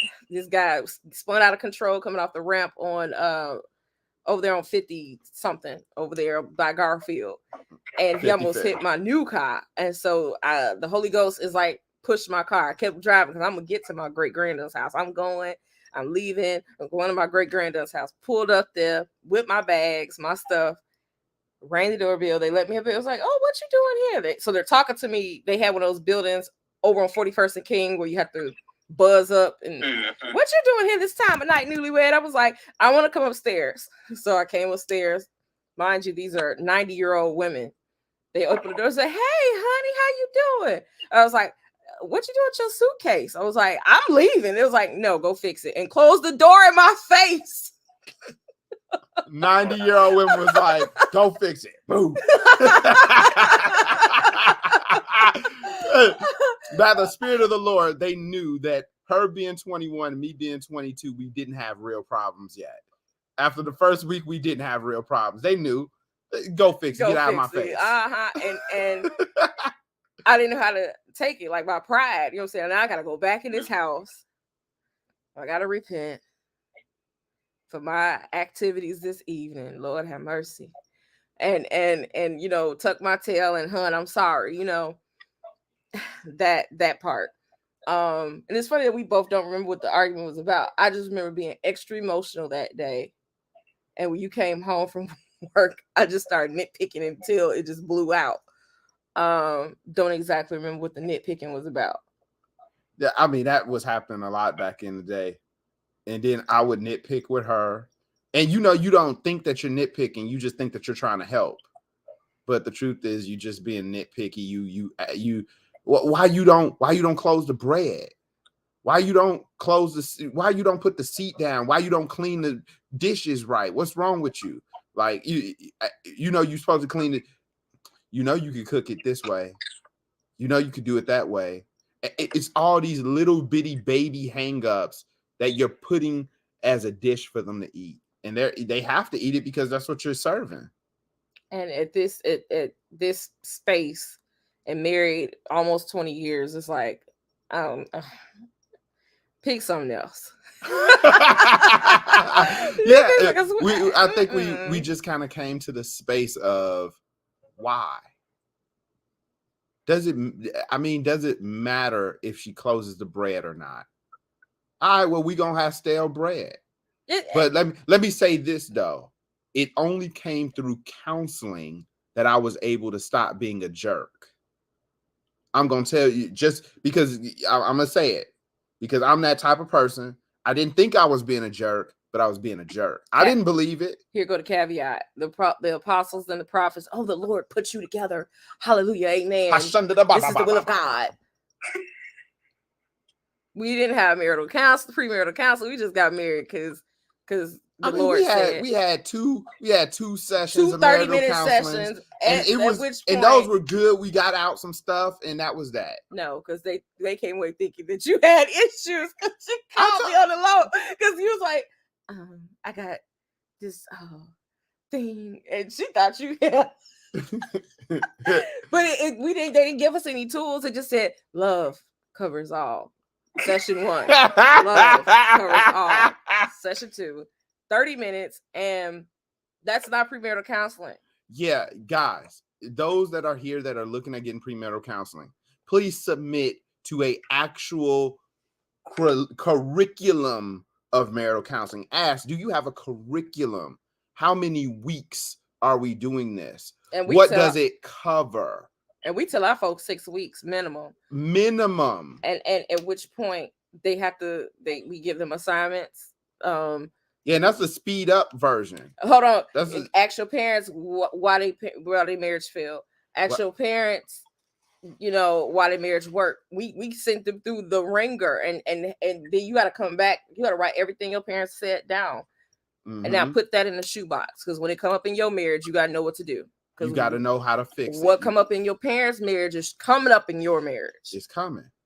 The inner issues. All right. Do you like yourself? It's fine that you like her. She fine. Hold on. It'd be like, but do you like you? They're so cute. Oh, I'm so in love. And it's like, honey, you just wait. Oh, So we have them write down, why do you love them? Those joyous loving feelings, so that you can go back in that shoebox when those days come and look at your reasoning, look at the issues that we told you were coming, that you're predisposed to, and deal with it that way. But I believe in that. It's one thing for a prophet to say you belong together, or for a prophet to say quit that. That ain't it. And people have a tough issue when somebody says, hey, y'all not gonna be good for one another.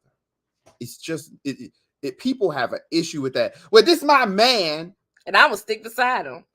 I mean, and my whole thing is this: that's great. Don't call me when your man beats you. Leave me alone. My new saying is, if the clowns start cutting up, don't call me when the circus start. So, period. So but see, even inside of that, they could say it, but everyone's gonna have a bad day. Right. So how are we going to respond to the bad day? Whether God put you together or not, and will you make it out of that storm? Yeah. I made it through the storm because I had to pray. I had to pray. I had to fast. I had to believe God. My marriage taking a tumble, tried my relationship with God. Because I didn't get married for all this. And he said, yes, you did. These are the bad days. No. I want happiness and unicorns and rainbows and candy. I don't want hardship, heartbreak, heartache, crying, mad over this one person. And so even with that, you're still gonna have to do the work. Get some counselors, get that premarital counseling going, and get accountability. Our accountability infrastructures, they will say, no. Mm-hmm. This time, this is you. Fix it, and be humble enough to submit to that counseling. That's so sweet. And be humble enough to submit to it, not bunk up against it, they lie, and they just if a person knows your heart, they know what your attitude, your penchant of pride, your not listening, have that in place, because that's what's going to promote a healthy marriage or healthy relationships. Because look, love is blind, your neighbors ain't. That's real right there. You have anything else, sir? No, I'm waiting for the next question. Oh, well, family, we're going to cut it right here. Okay, we're going to deal with your single folks and your dating people and your married people on Friday. Okay? But, yeah. I don't know why, but do you feel some people are destined to be single? Mm-hmm. Absolutely. Okay. Absolutely. In fact, there is a gift of singleness. And usually those people don't have a sexual urge. People with sexual urges, you need somebody, because you need an outlet. But if you are cool in that area and you can get by, in this hour they call them asexual. In the New Testament they call them eunuchs. That's fine. You just circumcised. That's it. Be good with that. She said, I need somebody. I need somebody right now. I need somebody. Hey, look, ain't nothing wrong. And ain't nothing wrong with needing someone. It's not. There's nothing wrong with wanting someone to hold. There's nothing wrong with that. And unfortunately, in today's society, because we have the male being dominated by the woman, or the woman being dominated by the male, a lot of people man, I don't feel like doing that. I don't want to get married. And so, especially they don't want to get married young. That's totally out. No. But there's nothing wrong with that. There's nothing wrong with getting married young. There's nothing wrong with. You can't be in the house, because they're not gonna. Your man is not coming riding on the horse and gonna break in. Talk about you, my wife, and drag you out by your hair and put you on the horse and ride away. Please, saints, go on some dates. If he's led by the Lord. Hold on. I shut it up. This is her dress. If he's led by the Lord, the Holy Ghost. It's not happening like that. Yeah, no. And if someone finds your address and says that he's your husband, you need to be real careful. Plain and simple. I'm going to tell y'all something right now. If a woman comes to my address and says that she's my wife, she getting beat up. Wait. On site. You're going to have 3 kids beat you up and a wife. You getting beat up right? On site. But let's say that they're not there. I'm going to be very, very careful about what type of crazy I'm dealing with. So get out the house. Go to the mall. She can jump. On site. Go to the mall. Go to the grocery store. Dress up. Women, my God. Dress up. Make yourself up, because men are sight creatures. Men are we hunting. There ain't no man that ain't hunting. We hunting. So you go into the store in your pajamas and your bonnet, you might have got looked over by your husband. And look, you might be cute in your pajamas and your bonnet. That's right? You might be cute in that. But come on, y'all. Come on, ladies. Y'all have so much game to give. And I just feel like if you give the short end of the stick, like your pajama look is the look that men look forward to. We're fascinated by your pajama look. Look, y'all don't understand. But men are fascinated by that long skirt that shows the curves and everything late at night. Yeah, we fascinated at that. So what you're giving when you're in the mall wearing your skirt is a precursor. You're wetting the palate. You're allowing us to say, "Oh man, I'm about to go talk to her. Oh man, I'm gonna risk it all." Yeah, you don't know. She'd be like, "You ugly." You ugly. Get out. You know, but take that, women. Take that in, because that. Okay. Let me ask this question: should women approach men if they think they are cute? Oh yeah, come approach me. Approach me, please. Okay, like when I was saying, okay, so I took a 3-year hiatus from dating, you know, and that's when I was the most anointed. Come on, the Lord would speak to me. Come on, I was watching video. I was like, God, take me back to that time. Come on, somebody. Nobody. Then I get into a relationship. Everybody. Where were y'all before? Everybody wants something they can't have. So no. Come on. But one thing I have to say about my mom, she does not go anywhere without, let me. Okay. Mm-hmm. I'm like, girl, ain't nobody looking at you. She is prepping for the moment. Hold on, Miss Michelle. She's prepping for the moment because you don't know when you gonna meet him, so you better be ready. Okay. You gotta have oil in your lampstand. That's scripture. Come on, baby. And look. Psh, she know what she got to do to get him because she know how to get him. That's all. So you get dressed up. You go and that's across, because look, you don't know where you could be at the grocery store and your husband could be in the chip aisle and you pass him by and smell like Baccarat Rouge 540 and here she go right now. Y'all, shh. I love that woman. To God. Look. Yeah, and he might be in the chip aisle looking, and you looking, and then he sees something that's worthwhile that says, "Oh my God, I need to say something to her." He might not know what to say, but if you look like, "Oh my God, oh wow," then you're gonna at least get someone to speak to you. But if you look like, "Oh my God, she smell like fish," you gonna get people running away from you.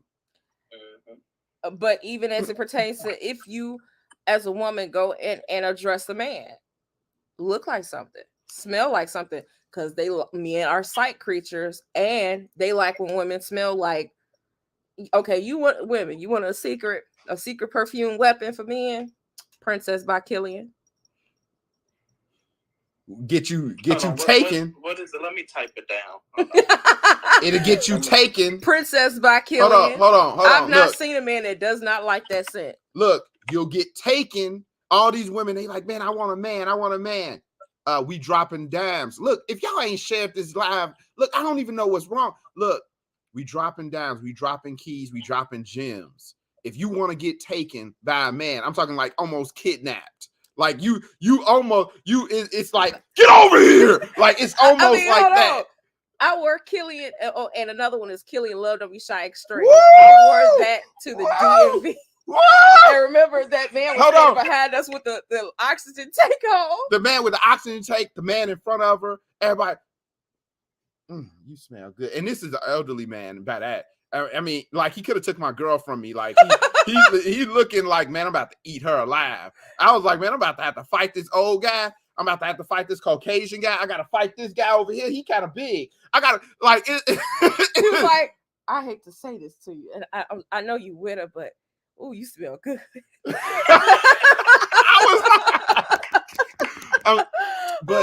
But look when you got it. And let me say this: there's nothing wrong with being a woman of confidence. Come on, somebody. Confidence get you taken. Low confidence get you wishing. You be at home thinking about, man, I wish I would have said something to that guy. I wish he would have said something to me. He was showing up looking, but he ain't say nothing. Look, personally, I do believe that women should say something to men if they think they're cute, and men should say something to women. Now, I do have a line, though. Here's the line. Women, do not get on your knees and propose to that man. That's my line. Women, do not buy the rings. I think that he would like, what are you doing? Like, yeah, I mean, it's one thing for you to say, I wouldn't mind being married to you. You know, throwing a line out there. Leave something for me to do. Thank you. Don't be taking everything. Like, don't be the man and the woman, and then I mean, you gonna have sex with yourself. Like, it's like, come on, sis. Like that's what I'm saying. Don't be picking him up trying to have sex with him on the dryer. Don't do that. Those videos on TikTok are funny to me. they blow me up. Like, because the men be ready to fight their wives. Like, get off me.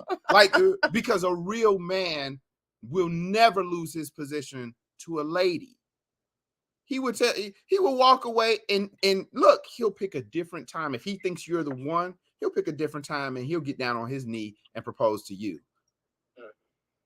But you never want to be that lady that does that. That's a no-no. Because that means that when a man gets on his knees, he's submitting his life to you and asking you to submit your life to him, and then he's sealing it with a ring. He's sealing the contract with a ring.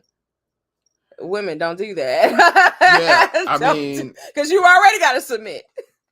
Don't doubly submit. And I get it. I get it. You know, we live in a Kevin Samuels type of time where, you know, everyone, like, the men is like, bro, I'm the prize, right? I get it. I get it. We listen. Be the prize as much as you want, sir, but be enough of a prize to give a woman a prize. Don't be that guy that's so into themselves that they can't submit and do things. Like, we have a culture, right? And unfortunately, culture is changing to a degree, but it has not changed all the way. I just personally feel like we should keep certain standards. You know, there's certain standards that we should keep. Like, men, ain't nothing wrong with you paying for some dates. Pay for some of them. Go out and invest in that woman if you think she's worthwhile. Don't invest in the one that you come on, fool's gold. Don't invest in fool's gold. Lord knows I did that before. Yeah. Nonetheless. So, hey man, we need to do this again. We need to do this again. No, like on Facebook Live. Okay. Yeah, we got to do this again. So and here that's here on my page, that's on Dr. Carey's and Dr. Jamel's page as well. You need to make plans to join us this Friday night. Hey man, everybody type in the comments this Friday night. This Friday night at 6:30 p.m. You just need to be there. Okay, we're going to get more in depth at 6:30 p.m. with some more topics. You just need to be there. But you definitely need to make plans to be on there with us this Friday night at 6:30 p.m. Again, we're going to be serving refreshments before we get into our conversations. We're going to have small group. We're going to have whole groups. We're going to be giving some stuff away. I didn't previously mention this to Dr. Jamel and Dr. Carey, but I want them to bring some of their materials. Okay. Amen. And let's support them, okay? This Friday night at 6:30, we're out by 8 o'clock, 8:15 at the latest, okay? So you definitely need to make plans to be there. There is a $20 ticket fee because we're not doing an offering or anything of the sort. We're not doing an offering. Like I said, we're doing revival differently. So we're just going to take up, a little $20 entry fee. You'll be able to enter into the raffle. Those raffle prizes are free T-shirt, Valentine's Day baskets, and a dinner for two. Bonefish Grill on me. On Valentine's Day.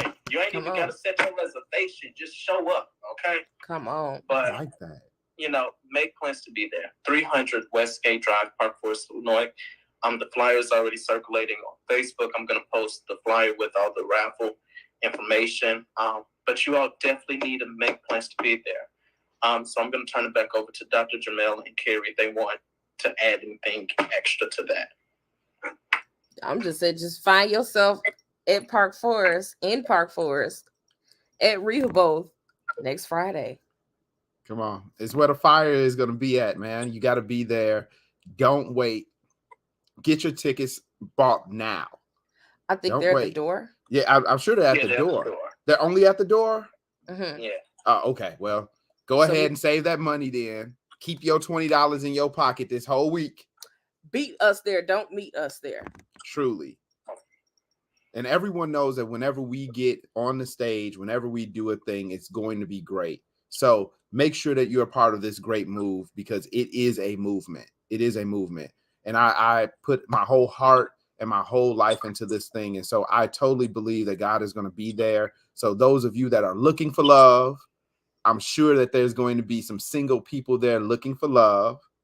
Let's talk. Come on. Let's talk. All right. For those that are already in love, you found the one that you love. Guess what? This is going to take your love life to a whole nother level. For those that are married, this is going to reinforce that same promise you gave to God and your spouse. $20 is the smallest investment I've ever made into my wife. It is truly the smallest. So take this time to really invest inside of your spouse, because it's going to change everything. All right. God bless. God bless. Yeah, thank you all for coming on, and make plans to be there this Friday. We're going to be uploading the information once again. Make plans to be there. If you thought tonight was something, get there on Friday night. Okay. All right. I love you all. And I look forward to seeing you all on Friday night. See y'all on Friday. Let's do it. Friday. All right. Have a lovely night, everyone. Bye. Have a lovely night, man. CJ. Take care.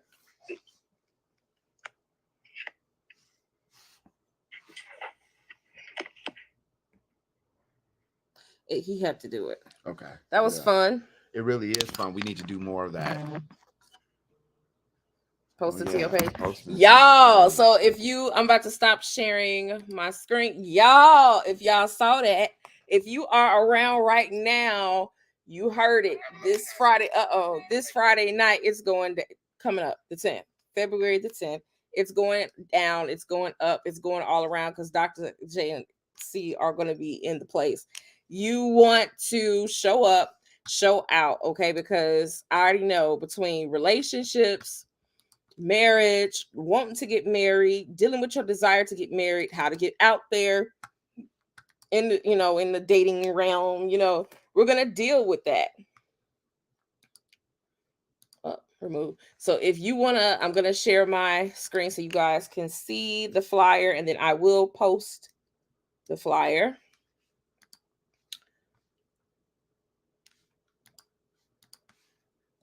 Boom. There is the flyer, y'all. Right here. Let's talk about love. V-Day edition. Raffles, refreshments, and real talk. And if you know Dr. J and C, you know that we keep it all the way real. It's always 100. It's always $1. Don't ask if you don't want any, okay? That's how we function and flow. So this is a flyer. I will post it on the page. This is just, it's from my iPhotos. But you want to be there, y'all, because it's going up. It's going up, and we're going to have a good time next Friday, February the 10th at 6:30 p.m. So this coming up Friday yesterday passed. We talking about this coming up Friday.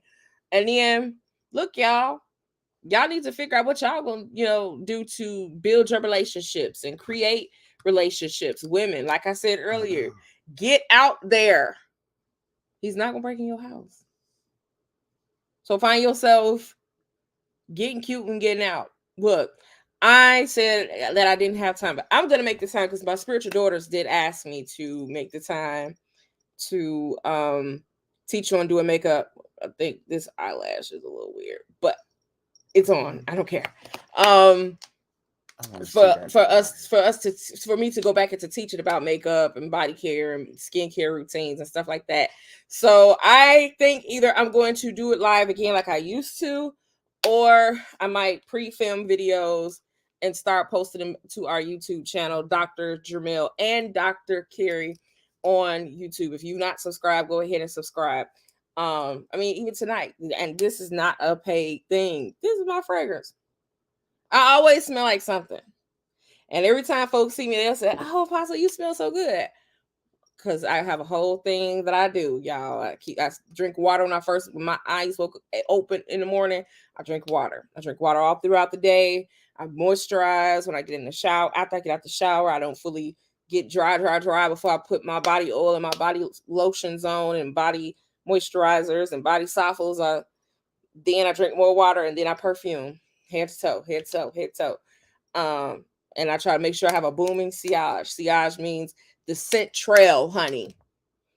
So when I leave around, you should still smell me. Before I pop up, you should smell me. I remember I was out and about and I was waiting on Prophet Ashley. And I was in Victoria's Secrets.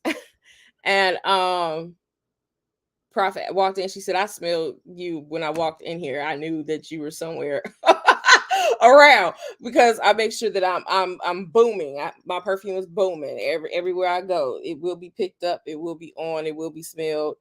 You're gonna know I'm on site.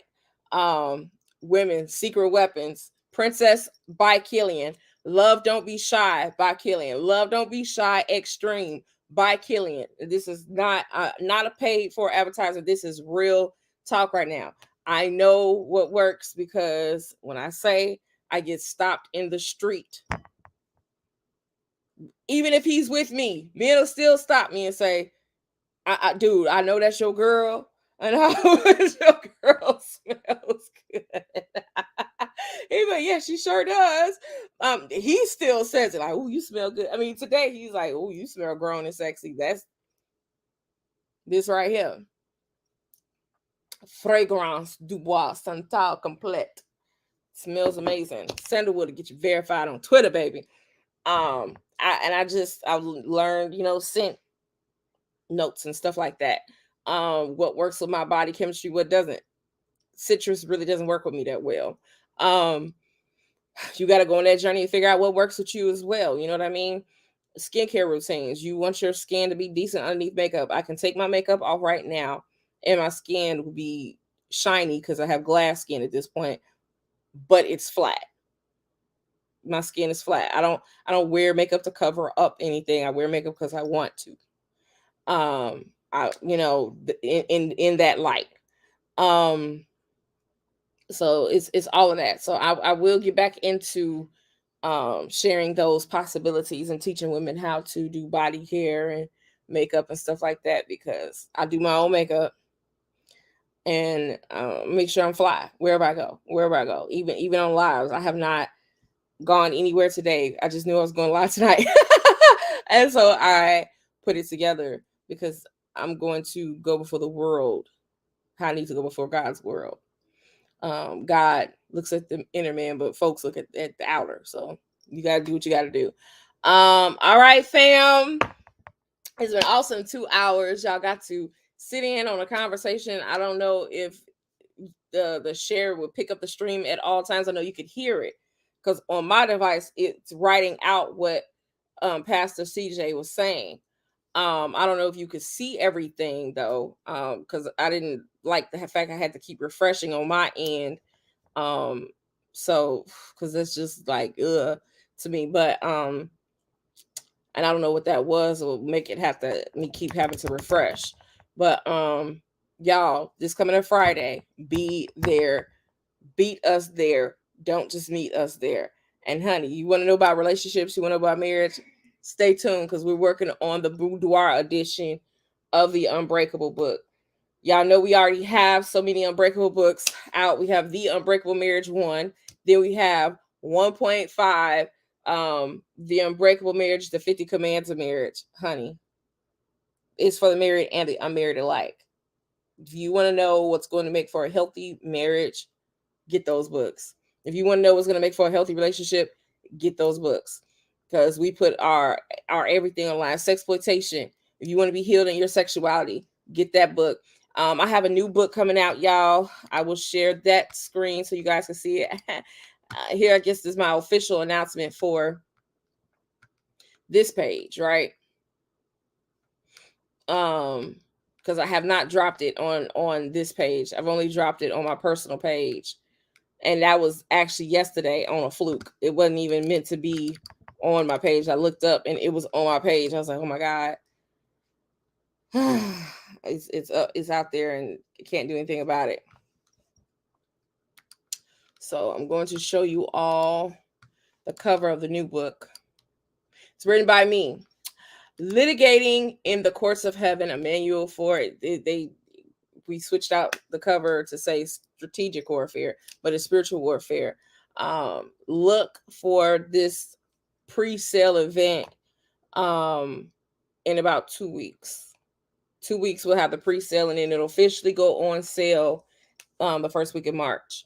So y'all ride with us because we still doing our thing. Again, we have a marriage retreat, the Unbreakable Marriage Retreat this year at Starve Rock in Illinois. It is for the married and the unmarried alike.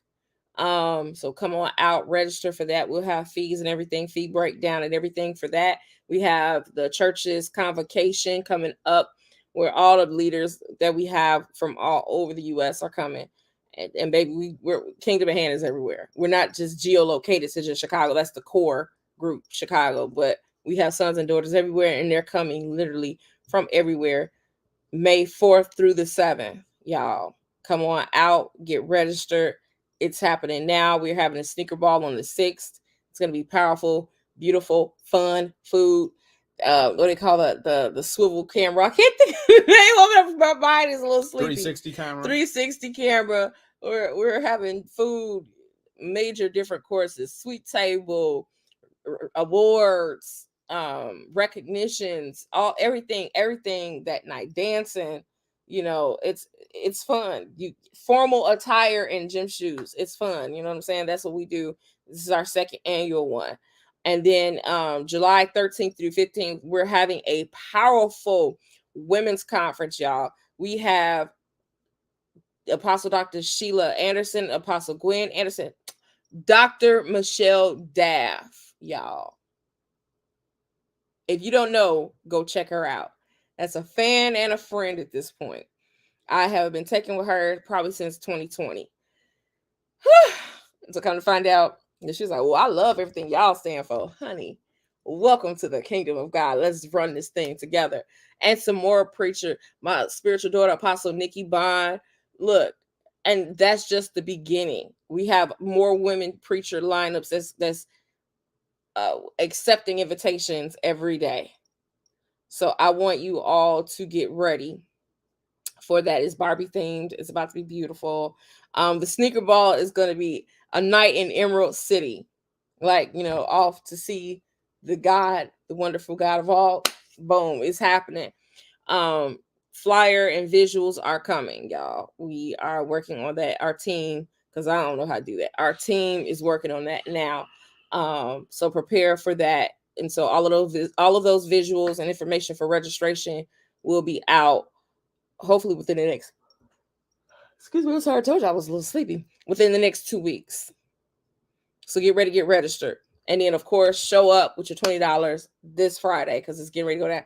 He's trying to work on, are you on the Dr. JNC page? No, you're on your personal page. I'm just spreading it all around, because while I'm here and I'm thinking about it, I should let people know. Okay. All right, fam. Well, we get ready to sign off. Food must be had. Fun must be had. Let's go. Rest must be had, because we changed our service time to noon. So if you need a church home, or let's say you already got one, but you want to try our church out, you want to come on through and take a look, come on in, 12 o'clock. We'll put the Zoom link on Facebook just for you all. Noon. Ugh. Central Standard Time, That means I have to hurry up and get cute in the morning and wake up and crawl out of bed. Oh, goodness. It's only 12. My gosh. You can get in the shower and come down. Me, What I had to do a mean? skincare It's routine. not about all that. Then I have to moisturize my face. Then I have to put my makeup primer on. Then I have to let the primer set for 5 minutes. Then I got to do the makeup. Then I got to put lotion down, perfume up, get dressed, we're just not steam my clothes. All right, so then maybe we're just not gonna make it. Yeah. We'll tell them and just not. The first day that we have it at 12 o'clock, they're gonna be like, what is wrong with them? I don't like it. Look, Yes, 12 o'clock 12 noon. tomorrow. Join us. Central Standard Time. All right. Okay. And we'll put the Zoom link in there on our Facebook page, on our personal pages, and on this page that you're viewing from right now. All right. So that way you can join us and have fun, because we're talking about prosperity and we're talking about abundance. Yes. And God has been in that thing. All of our church has been experiencing finances, money, promotion, opening businesses. You know, especially when they are school. just plain out obedient, because we would prophesy a certain thing into your life, and all you have to do is do what is said. Mm-hmm. Follow those instructions that we give you, and I'm telling you, you will see money come into your hands, prosperity and blessings. Oh man, did that just turn into night mode before my very eyes? That's hot. I love this. All of my devices turn to night mode at 10 o'clock. Yeah, because I gotta rest my eye sockets. Okay, now these lights here, they gotta go off. Studio lights. Yeah, y'all, you see my eyes burning. Okay, fam, we love y'all. We Peace out. Peace. See y'all on Monday night after I get done training my leaders.